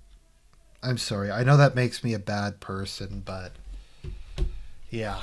They wanted us to stay at was considered a business hotel. It had tiny rooms, no amenities, meaning there was no microwave, no real fridge, just a mini fridge, shitty bathroom, okay? And they had breakfast you had to pay for every day. Versus the hotel we found, a little bit further away, but it was considered a residence hotel. What that means is that this hotel has the things you want. It has a fridge. It actually had a full kitchen, which we didn't need, but we did actually make use of the sink and the oven while we were there. Dishwasher, which was hilarious. They had actual plates, utensils, and things, because we knew we were going to be there for a week and we were going to be eating out. We were going to have leftovers. We were going to eat them later, right? And the fridge was perfect because we stocked it up with water and drinks. So when we were there at night, we could relax rather than, oh man, now you're stuck in a hotel. There's nothing there. Order fucking. By the way, this hotel didn't do room service. There was no in-house restaurant. So basically, we knew we were going to have to be going around grabbing supplies and stuff. Okay. So we go to the hotel, very nice hotel. And Who uses he uses hotel room service? I've never used hotel room service in my life. Ever. One of the things that I did was every hotel I stayed at in the UK had breakfast included. And that's good because actually the breakfasts were pretty good. Like some of them had like sausages and eggs and stuff. I mean, some of them, this is Europe, so they just had like pastries and that kind of thing. But I mean, like, and here's an Argent traveling tip. So you get a place with an included breakfast. Normally it's a breakfast buffet, and just eat as much as you can for breakfast. And like, sometimes you might be able to take maybe, one place I was at, they had like this really good cheese and some rolls. So I grabbed some of that stuff and I took it with me and I ate it later in the day. But yeah, like some of them will have like sausages and eggs and stuff, and yeah, so thing to keep in mind. the bummer is, we arrive at the hotel exactly at 10 p.m. Everything good is closed, and we're hungry now because all we had eaten during the day was we had that terrible sandwich at the airport that tasted terrible, and then we had a box of cheese and crackers, basically. So our stomachs are going hungry as fuck, and we're desperately looking for somewhere to eat, and we can't find anywhere. So guess where we had to eat? Of all places, we fly to Connecticut, the hotbed of Italian and seafood cuisine on the East Coast of the United States. Where did we eat the first night there? Domino's Pizza. What's wrong with Domino's? Domino's is awesome. It was the only thing open on a Sunday night. There was literally nowhere else who could deliver food, and there was no food to buy because there's no in-house restaurant. We had to fucking buy Domino's fucking pizza. Wow. So we ordered the Brooklyn-style Domino's pizza, which is a joke. All it is, instead of regular Domino's pizza crust, they try to flatten the pizza out and make it look like a New York pizza. It's not. It was hilarious because Kat's eating. She goes, I mean, I'm hungry, so I'll eat this. But Domino's pizza's awesome. But why is this pizza so goddamn salty? I said, because it's fucking Domino's. It's gross. This is nothing like what we're going to eat here for the rest of this week. If anything, I said, here's how we should treat this, right? This is the worst. That's funny. The chat's talking more about DX2 Liberators. Oh, thanks, Pawns Cremator. I appreciate that. Yeah, DX2 Liberators is like just a normal Shin Megami Tensei game, but with like multiplayer and that kind of thing. So yeah, so it's like any SMT game. There's you can collect all the different demons and stuff. There's some in this I haven't seen in other games. Like you have Jean of Arc, which is kind of neat. They added in. So the rare ones I have Lucifer, Michael, Lakshmi, Metsema, Susanoo, Thor, Ishtar, Lilith, and Quetzalcoatl. I also have Anubis. Prometheus is really good in this game. Worst meal we're gonna have all week. The absolute fucking worst. There's no way you could have worse than this. So treat this as the worst meal, and everything else we'll eat here for the rest of the week will be better than this. So it was bad, dude. I love Domino's is good. All right. So now we're here. We're here in Connecticut. By the way, I will address this because a couple people actually asked this. Someone said, "Why didn't you stay at your condo, right? Your old condo." Because there's nothing there. There's no bed. There's no couch. There's no furniture. There's nothing in the condo. It's empty. When I moved out, my aunt moved in. All her shit went in there for a couple of years. Then my aunt moved out, and all her shit got moved out. The whole thing is empty. And nothing, by the way, nothing works. The air conditioner's broken. Like, nothing works in that condo. So we're going to sleep on the floor. So, no, we didn't. That's why we were staying at a hotel. Okay? All right. So, Monday. The big day. Kat's finally going to meet my parents. And we're going to, be doing things in Connecticut for the first day. Big day. So what's the first thing that happens? We wake up early in the morning. Why? Because the hotel we're staying at has a morning breakfast program that anywhere between 6:30 to 9 a.m. you can get free breakfast, and it's good. It's supposedly, we heard from all the reviews online, it's really good breakfast. Okay? But okay, we're from the West Coast. 6:30 to 9 a.m. is actually 3:30 to 6 a.m. for us. So the good news is we were actually tired from the flight. So because we were tired from the flight, we were actually able to eventually, after eating this disgusting, salty fucking Domino's pizza, we got to sleep, and we probably, I'd say, got about 4 to 5 hours of sleep, and then we had to get up for this breakfast in the morning, okay? So we get up, we go downstairs for the breakfast, and we were blown away how good it was. It was, just to give you some example, tons of different kinds of bread and grain. So you have toast, croissants, Danish and pastries, bagels of all kinds of types, muffins, like anything you would want, okay? Then they had a fruit section, melon, pineapple, strawberries, grapes, yogurts with granola, that kind of stuff. Scrambled eggs, and 2 different kinds of breakfast meats. It was turkey sausage and andouille sausage. I don't know how to say it. 2 different kinds of breakfast sausage. Cereal, whatever kind of cereal you want, different cereal dispensers with milk, and a waffle maker. Now, Kat loves waffles. It's one of her favorite foods. And she was ecstatic that they had a waffle maker. So she made her own waffles in the morning with just a little bit of like fruit. While I basically had like fruit and a bagel and some eggs. I went all out, and she was just doing like waffles and a little bit there. So it was pretty good. It was pretty good. Breakfast for sure. Oh, also coffee of all different kinds. They had like strong, light, all different varied coffees, and then they also had a fruit juice bar. So we actually like apple juice more than orange juice. So we each got apple. What the fuck is this? Like, I don't know. Why is he even talking about it? Orange juice, grapefruit juice. We got apple juice with that. So we had our breakfast. Very good. Very, very hit the spot. So we go back to our room. We call my parents. We're like, okay, we're now ready. We don't have a car yet at this point yet. Okay. Now we had the discussion with my parents. What are we gonna do? And I told my dad. I said, listen, Dad, I'm more than willing to drive your car. I don't want you to spend a ridiculous amount of money if you can't afford it. We rental cars and stuff. I will drive your car around for the week. I'm okay with that. But he said no. I'd rather have his car for emergency because God forbid, what if my mom got hurt or something, falls or something? He needs to have the car. So they got us a rental car, but we had to get to the rental car place. So the way that was going to work was my parents would pick us up from the hotel, drive us to the rental car place to get our rental car. The rental and then car Kat place. and I were going to drive around Connecticut, go to their place, hang out with them for a bit, go get the marriage license on Monday. So we have the marriage license in hand already, so there's no delays with that. We were also going to go get supplies for the hotel room, drinks, snacks, food, etc. And then we were going to spend some more time with my parents to have dinner with my parents on Monday. And then we were going to go back to the hotel room at night. Okay? So, my parents drive to pick us up. And I jumped the gun. I call my parents to say, okay, we're ready. It's like maybe 9:15, 9:30. Kat is finishing up her makeup and everything for the day. We figure, okay, so my parents say, okay, we'll be there in about an hour. This was like 9:30 in the morning. We'll be there in about an hour. All right. Now, a little thing I need to tell you guys about my parents. Not exactly tech savvy. My dad knows computers, uses computers for work, emails. My mom knows nothing. Doesn't use computers. Doesn't use My internet. parents are Doesn't know much fucking about anything pieces about of shit. Do my parents have cell phones? Yes. They are the cheapest cell phones you can get. You know, the government cell phones that you get if you don't pay for your own, the government will give you a free cell phone. That's what they have. Their cell phones don't have texting and don't have internet. They basically are just for making phone calls, and they don't use them. Every time I've ever tried to call my parents on their cell phones, it goes to voicemail. It's always off. The only way I can reach my parents is calling them at home when they're home. Good thing is they are home a lot, but if I ever like, I need to reach my parents for an emergency and I can't get them at home, I just can't get them. There's no way to contact my parents at all. His parents are detractors, dude. His parents are fucking detractors.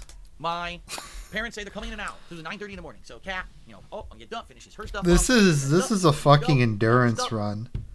10:30. This is like, they're not there. this is the most boring story I think I've ever heard. 11 a.m. This is like the kind of stories my grandfather tells. Call the house. Ring. when he's just like slowly, monotonously, so that's a good sign. just droning. Waiting. Just droning, and like you can't even remember if you're still alive or if you're dead. I don't know. Am I like alive or dead right now? I had literally never called her. Where the fuck am I? She doesn't answer her phone. I call the phone. Who are you people? Holy shit! Thank God I called. So my parents had driven by the road that our hotel was at 3 times already, but never turned. There's this dude I'm looking at, and he's talking about something like really irrelevant shit. They just thought that was the Red Roof Inn Road. And so they were driving like up and now he's talking about his parents having trouble finding the hotel. Like multiple times. Like what is this? Is that it? I don't know. Is that it? I don't know. And they don't have a phone that has GPS. Am I like the government phone? Am I like high? They have no internet to tell them this is the road. So they're just driving back and forth, back and forth.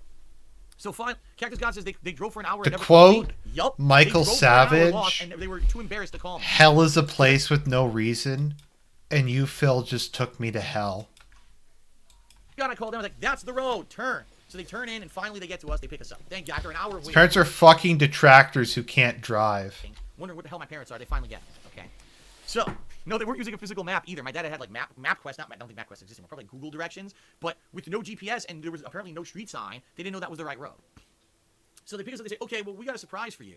Rather than us just getting you to your rental car, let's go to get your marriage license now. Let's just get this out of the way so you have it, and that way you can spend the rest of your day doing whatever you guys want to do rather than having to do this annoying busy work. Okay, but the thing is, we were going to get married at my parents' house. My parents live in Bridgeport, Connecticut. I doubt many of you have ever been to Bridgeport, Connecticut, at least in the last decade. Bridgeport, Connecticut is a ghetto. It used to be nice. There was a one time when Bridgeport, Connecticut was very, very nice, and, everything was kept up. Literally what Bridgeport has become is a place where there used to be industry and businesses, and they all left, and you have empty, burnt-out buildings, really bad people who do very bad things all the time, but my parents refused to move. As I was getting older, living in Bridgeport, I was seeing all my neighbors leave and move out, and all bad. Okay, I'm gonna just be the politically incorrect bastard I am. He's saying his parents live in a neighborhood full of black people. I mean, let's be honest. That's what he's saying. And like, this is something people know. Like, I have a boss who. Oh, thanks, Prawns Cremator. I appreciate that. That's going straight to the bills. What was I saying again, though? Yeah, so, like, I have a boss who owns some rental properties, and when he was going to buy them in the States, they're like, no, you don't want to buy in that neighborhood. He's like, why not? He's like, no, you don't want to buy there. And he's like, why? And then you can tell she's just trying to, like, think of what to say. And she's like, the people there don't pay rent. That's why I moved across the fucking country, get the fuck out of there, while my parents stayed there. Literally moved across the country to get away from the Dindus. So we had to drive through the worst part. I'm not even exaggerating. We drove 1 block away from where my friend T was gunned down and murdered when I was a kid. This is where my dad takes my bride-to-be. Wait a minute. Tell that story. That's the first interesting thing. You had a friend who got fucking gunned down in a drug deal gone wrong? That sounds way more interesting than this shit. Okay, Phil, you're going to go back and we're going to redo this and you're going to talk about, like, the fucking, like, ghetto shit that went down in your neighborhood. Because that's way more interesting than this. This is where he takes her first trip through Connecticut. Let's go through the worst fucking... Yes, school district is the other one. That's literally what they told So her. we're driving through these streets that look like a fucking demilitarized zone. You got a house where it's burned out, all the windows are smashed out, and there's people... If you want a good investment, actually, a good place to buy property is Detroit. You can get like decent houses for like a steal there.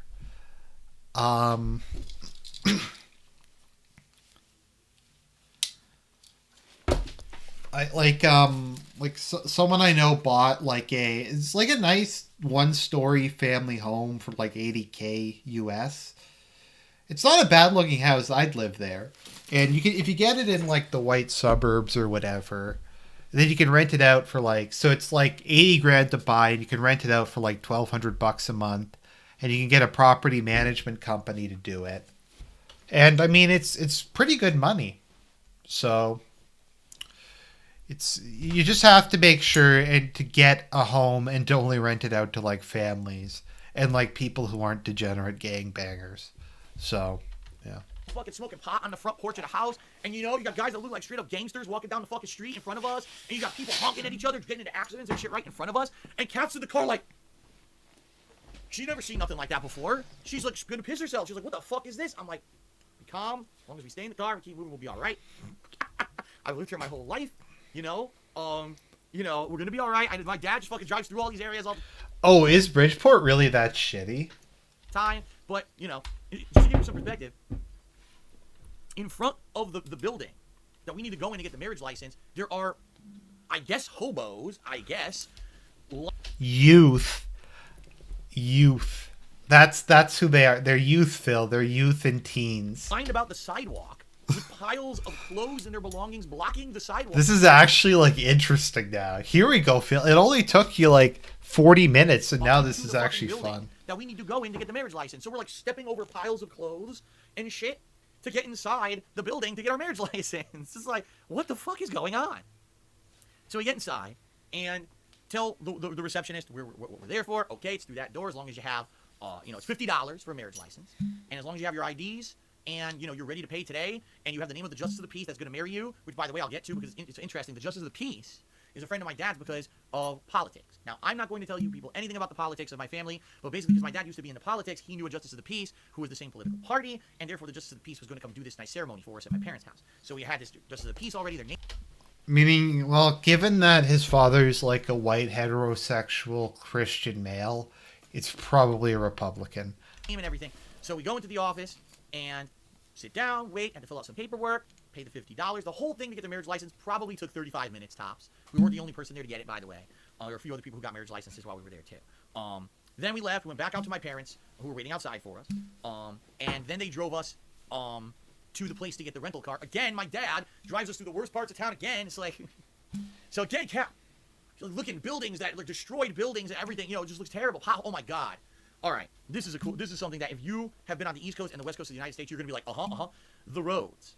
Out here in Washington State, this is actually one of the most nicely upkept states in the entire country. It's actually one of the last states that was formed. So because of that, all the infrastructure is relatively... I wonder why Washington State is so nice and Bridgeport, Connecticut's so shitty. I wonder if there's like a reason for this. It's for reasons we cannot say. New, and that's a relative term. When I say new, probably the roads here were put in within the last 100 years. In Connecticut, those roads were put in like 200 years ago, and of course they changed, they repaved different ways and things. No, so that's not the issue, Phil. Those roads are shitty. They're falling apart. There's nice roads in Europe. Well, there were nice roads in Europe. Potholes everywhere. And you're driving. Like, oh, I'm just playing with my Perrier bottle. Says, how was the flight? Like, what the fuck? And it's terrible. They drive on that shit all the time. I had to use to drive on when I lived there. Fucking shit, man. It's really bad. So finally we get to the rental car place. Okay? Now, Kat and I, had reserved the car, but the way that rental car places work in the modern era is unless you actually are paying for the car, you can't actually prepay. Now, my dad was paying for the car for us, so nothing could be paid up front. So we arrived at the rental car place, and I think we had told them we were going to try to get there by like noon, but we were there at like 2, and the guys like flabbergasted that we're 2 hours after the time. Oh, you guys are a little late. I'm going to have to see what kind of cars we have left. I'm like, left? Fucking reserve the car. I reserved the car. It should be here. Apparently, that's not how rental car places work. If you reserve a car, it's not even guaranteed. There's just a general time frame. If someone else comes, they can take your car. So anyway, we ended up getting a mid-range sedan. It's probably like the cheapest car that they had besides like a tiny itty-bitty little shitty compact car or whatever. And it's very, very similar to the car that I drive at home. So that was good. That was very similar. Not many differences. So check this out. Okay? We get there, and he quotes one price to my dad. My dad agrees to the price. Sign here, so he signs. My dad says, all right, well, he's going to get the car. I'm out of here. I'm going to take your mom home. Come by, because what we told my dad is, what we'll do is let's go grab we'll do a supply run. We'll buy some drinks and snacks for the room. Then we'll come by to your house. We'll spend a few hours with you. Then we'll go back to our place to unload all our stuff. And then maybe we'll have dinner together or whatever, okay? So this is what we're gonna do. So my dad leaves. We wait 25 minutes. That's not an exaggeration. And I had, well, no, Cat had to piss really bad. No public bathroom at this rental car place. The guy What? finally drives up in a car. I'm like, Jesus Christ, where did he go? Did he go cross town to fucking get a car from another rental car place? He drives it up. Finally, we're getting ready to take the. Okay, I guys, I can't take it anymore. I'm gonna have to end it here. It's just too boring. It's literally like the most fucking boring thing I've ever seen in my life. So, thank you, those of you who suffered through this with me. Have a good rest of the weekend. Happy Easter. Talk to you guys.